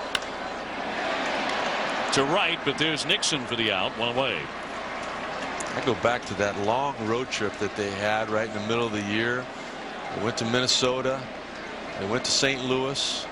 They went to Milwaukee, lost 2 out of 3 in all 3 of those places. But what started the trip for Joe Torre's team, they got swept in Kansas City. It could be a 3-game lead for Boston at the end of tonight. Well, there were 3 games right there that the Yankees felt like they should have won. Bernie Williams has chipped in tonight with an RBI single in the 6th, and he also came around to score. He's 1 for 4. Another thing that shows you all the problems that the Yankees have had, particularly with their bullpen, they've 10 times had a lead of 3 runs or more and gone on to lose that ball game. Boy, that's a stunner. As good as the Yankee pen has been in the past. Ripped foul by Bernie Williams. It's a 2-man crew. And when you look at the starting rotation, we kind of figured that last year they were going to have trouble with the rotation. Reason being, they were the first team since 1902 to lose 3 guys that had won 15 games or more. This year, you're looking at 3 of them right there. They were the first team since 1903 to add 3 starting pitchers that won 15 or more games the year before. Randy Johnson, there's Carl Pavano, and Jarrett Wright. I mean, you had to figure that starting rotation was going to improve. It would have been the strength of this team. Not so. Washington State, Nevada, by the way, scoreless early. And we'll get you to the football game as soon as this baseball game is done tonight between the Red Sox and the Yankees. Yankees leading it here 8-4. Dave O'Brien, Rick Sutcliffe, and Sam Ryan with you.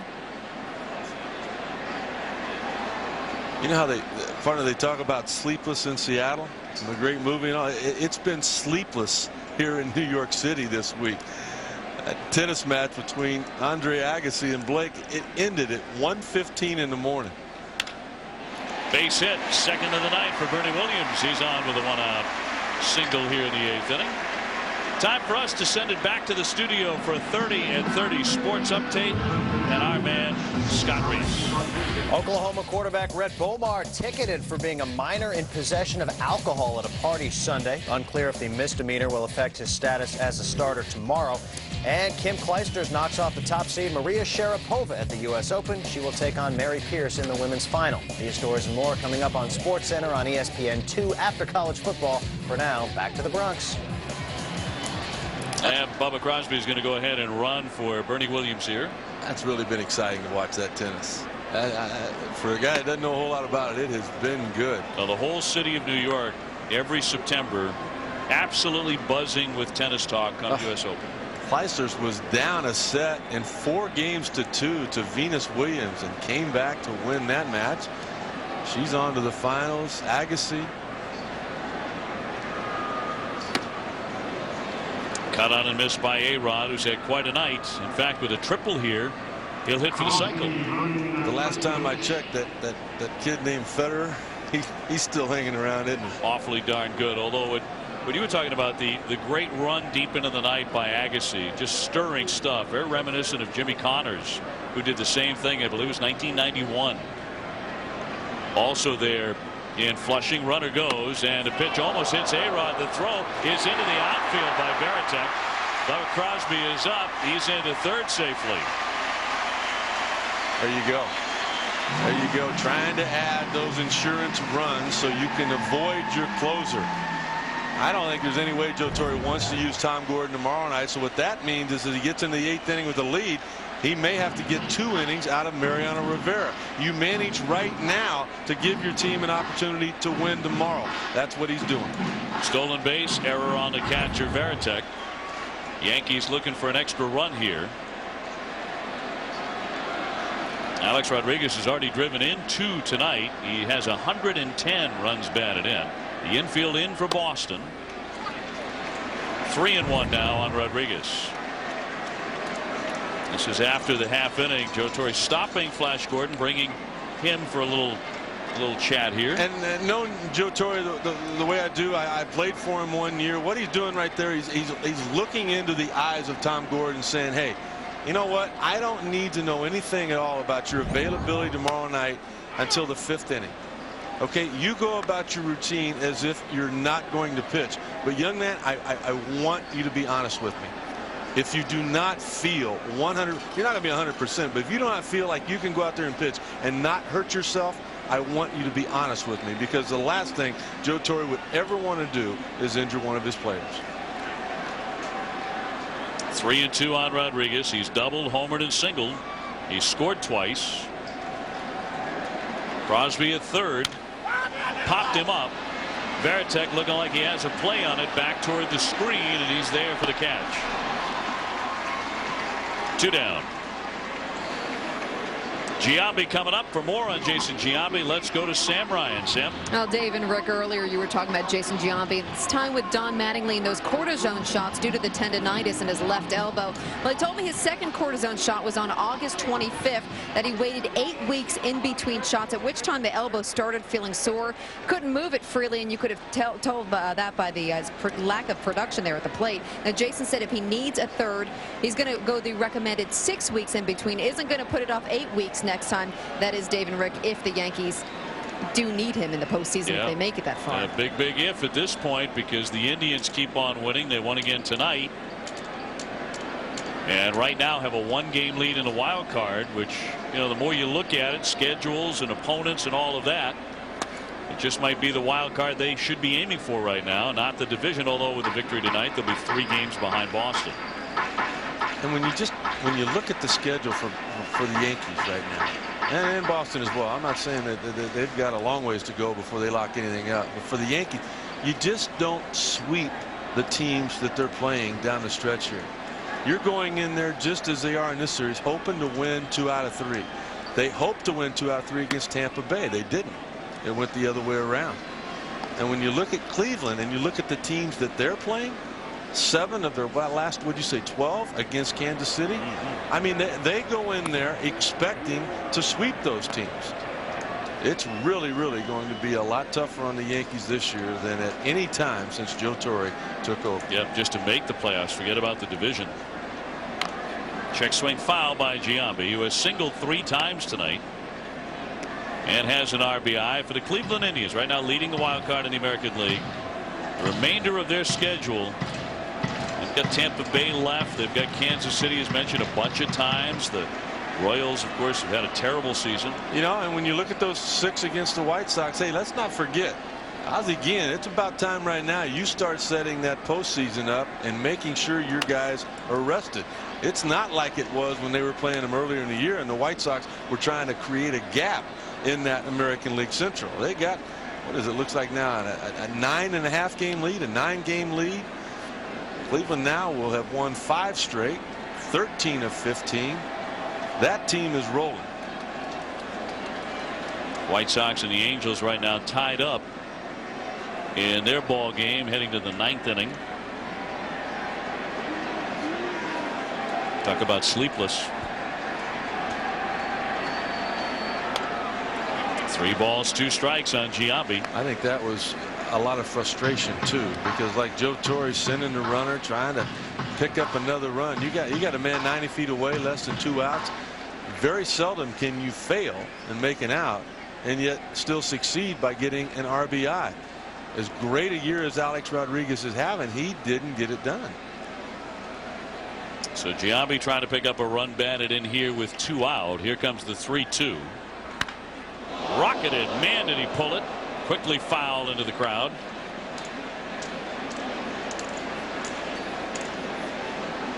Wow. You can't hit it any harder than that. Nobody. And it can't get on top of a fan any quicker than that did. If you're a fan and you're looking at the back of Jason Giambi as they would have been in that position, you don't. I mean, that's usually when you think you can relax. They're not going to get a ball hit this way, not on the line anyway. Maybe popped up. 3-2 once again. Back out of play, foul.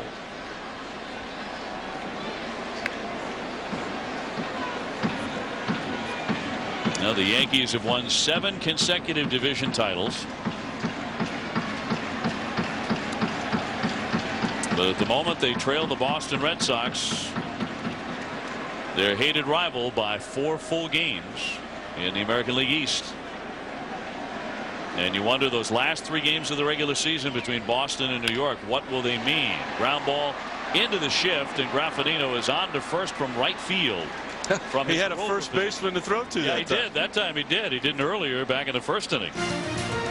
Side retired, and now it's on to the 9th inning with the Yankees looking to protect a 4-run lead against the Red Sox. Scott, thank you. This man still walks on water in the Bronx. They call him the Sandman, and makes even the youngest real happy to see Mariano Rivera. It's either that or just great gobs of cotton candy for the last 9 innings. 8-4 your score, but you know, it's a 4-run game, and they're dipping into the pen to bring in a closer. I mean, what what a slap in the face to everybody else down there in that Yankee bullpen, that they do not have the confidence to bring anybody else in with a 4-run lead to get 3 outs. Mariano Rivera has to come on for the 61st time. 36 saves already this year. No opportunity for one here because there's a 4-run lead. But what a problem. Not only the starting rotation, we've talked about it all night, but the bullpen has been for the New York Yankees. Well, he's not the only change. Andy Phillips takes over at first for Giambi, and Bubba Crosby stays in the game to play center field. Edgar Renteria looks to start a Red Sox comeback. As we are on to the 9th inning, first pitch is upstairs for ball 1. He has doubled in a pair tonight. He's also scored a run. Renteria, Ortiz, and Manny Ramirez to hit in the 9th. 8 runs, 14 hits for the Yankees, 4 runs, 10 hits for Boston. And that one is fouled away. Battle, boys, battle. Whether you come back and win this game or not, if you can work the pitch count tonight on Mariano Rivera to 20 to 25 pitches, it will help you win the rest of this series.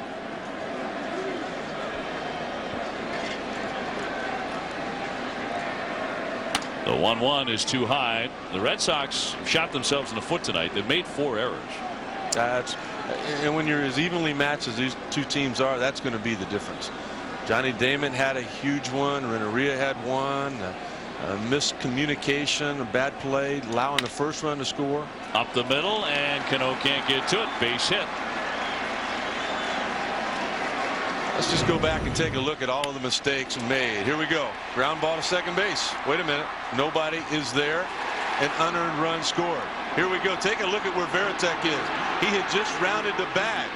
I mean, the throw beat him by almost 30 feet. That ended the inning. Here you go. You make a great play. No, can't get the handle. Posada is safe. Big inning. Here in the same inning, more problem. Johnny Damon boots it. The throw comes in to Renteria. Look at this throw. You want to know the difference in this ball game? You just saw it. Here's Ortiz swinging a high fly ball to right, but not very deep. And Lawton is there for the catch. One man out. Scott Reese, another studio update as we check out baseball. Well, Dave, we've got a good one in Chi-Town. Angels, White Sox 5-5 in the 7th. Orlando Cabrera thinks he's got one, but Carl Everett bringing it back in. A web gem for sure, and we play on into the 9th, tied at 5, guys. He's got 2 former members of the Red Sox involved in that play, and Cabrera was the man who was at shortstop, and the Red Sox won the World Series last year. Carl Everett, remember the Red Sox a few years ago? Here's Manny, still swinging a bat for Boston. Despite what almost happened at midseason, just 194 in his career against Rivera. And backs away, it's inside, ball 1. Manny on the night, an infield single. He's also been hit by a pitch. He's 1 for 3. He's looked much better, though, in the last 2 at bats. He got on base the last time. The time before that, lined out to Derek Jeter. He looks to be coming out of the bad spell that he's been in. Yeah, coming into tonight in the month of September, 4 hits and 24 at bats for Ramirez, one of the top hitters in baseball. So he has been scuffling, still hasn't homered in a while for him. August 21st. How about the consistency, though? You can talk about the greatness. To me, he's a Hall of Famer with what he's done already. You can shut it down, and he belongs there. But for the last 10 years, no one has produced more runs than he has. 2-1. In fact, he could have been 300, 100, and 100. 300 average, 100 runs scored, 100 RBIs. I mean, just 4 hits 1 year, 4 home runs another year. I mean, he could have done that for the last 10 years. That's doing it. 2 balls, 2 strikes on Manny Ramirez. Trot Nixon up after him. But Rivera with plans to end it on a double play grounder and put this one to bed. Yankees leading it 8-4. Aaron Small, the pitcher of record for the Yankees, with a victory would go to 7-0.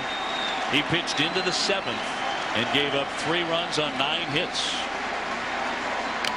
Fouled away, just a piece of it by Ramirez. Getting close, isn't he? Huh?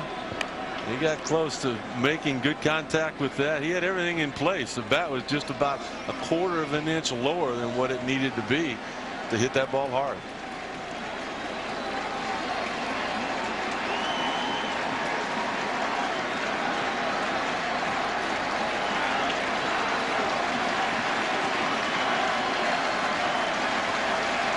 The 2-2. Ground ball to Jeter. Up with it into second 1. Oh, it's dropped, but he had it long enough. It was on the exchange. So Renteria is out. Ramirez becomes the runner at first, and there are 2 down here in the 9th. Boy, what a tough hop Derek Jeter had to handle there. He got it on an in-between hop. It had some top spin on it, but yet he is able to secure it, trying to get the double play to end the night. Look at that. I mean, that's a tricky little thing. Well, that's how you win Gold Gloves, making plays like that in situations like this. Look at that. Now turn it over. End the night for Mariano Rivera. Can't come up with the handle. And Cano the other night in the game against Tampa Bay made an error that cost the Yankees the ball game. He's made 14 errors. That could be a position of some concern if they make postseason play. Second base, he has not been as steady there. Offensively, he's been just fine. Well, and he's the second baseman of their future. He'll be out there next year when the season starts. But boy, if you're going to have problems turning double plays like that, Bellhorn could have gotten that done. Yeah, Bellhorn does turn a good double play. Did for Boston.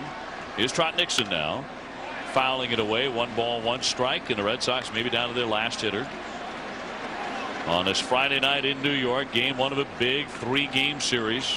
Well, it's the Yankees and the Red Sox. Everything about it is big here in September. Although now it's the world champion Red Sox in command of the division, and they're looking down on the Yankees. In a moment, it could be by 3 games instead of the 4 they had coming in. Well, Reggie Jackson said it perfectly. It summed up the whole season for the New York Yankees. If you don't pitch well, you look bad. Well, tonight, Aaron Small pitched well. Tom Gordon came in, was outstanding, and now you hand it over to this guy. Normally, that means the Yankees win. 3-1.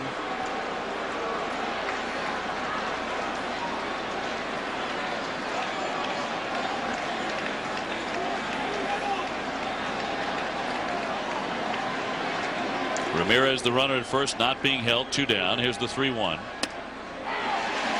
All filled up now, 3-2. That fastball 96. All about tomorrow night, though. That was a take sign on a 3-1 pitch. Why? He's thrown 16 pitches. They're trying to get it to 20, 25 on Mariano Rivera tonight in this non-save situation. Ramirez goes, swung on and missed strike 3, and the ball game is over. The Yankees take the first one on this Friday night by a final score of 8-4. So they've cut the Boston lead to 3 going into tomorrow afternoon. And game 2, which will be Sean Chacon against Curt Schilling. And on Sunday afternoon, Randy Johnson against Tim Wakefield. So here's our hunt for October standings in the American League East now. It's a 3-game deficit for the Yankees. The wild card sees the Yankees staying right where they were, a half game behind the Indians, who beat the Twins earlier tonight. Big offense tonight from some guys that the Yankees are going to need to get back into the postseason again this year. A-Rod with 3 hits, Giambi with 3, as well with Jorge Posada, 3 hits in his first 3 at-bats. So the final score tonight from Yankee Stadium, the Yankees 8, the Red Sox 4. For Rick Sutcliffe, Sam Ryan, and our entire ESPN crew, I'm Dave O'Brien. Thanks for joining us, and right now we go out to Reno, Nevada for college football action between Washington State and Nevada. Thanks for joining us.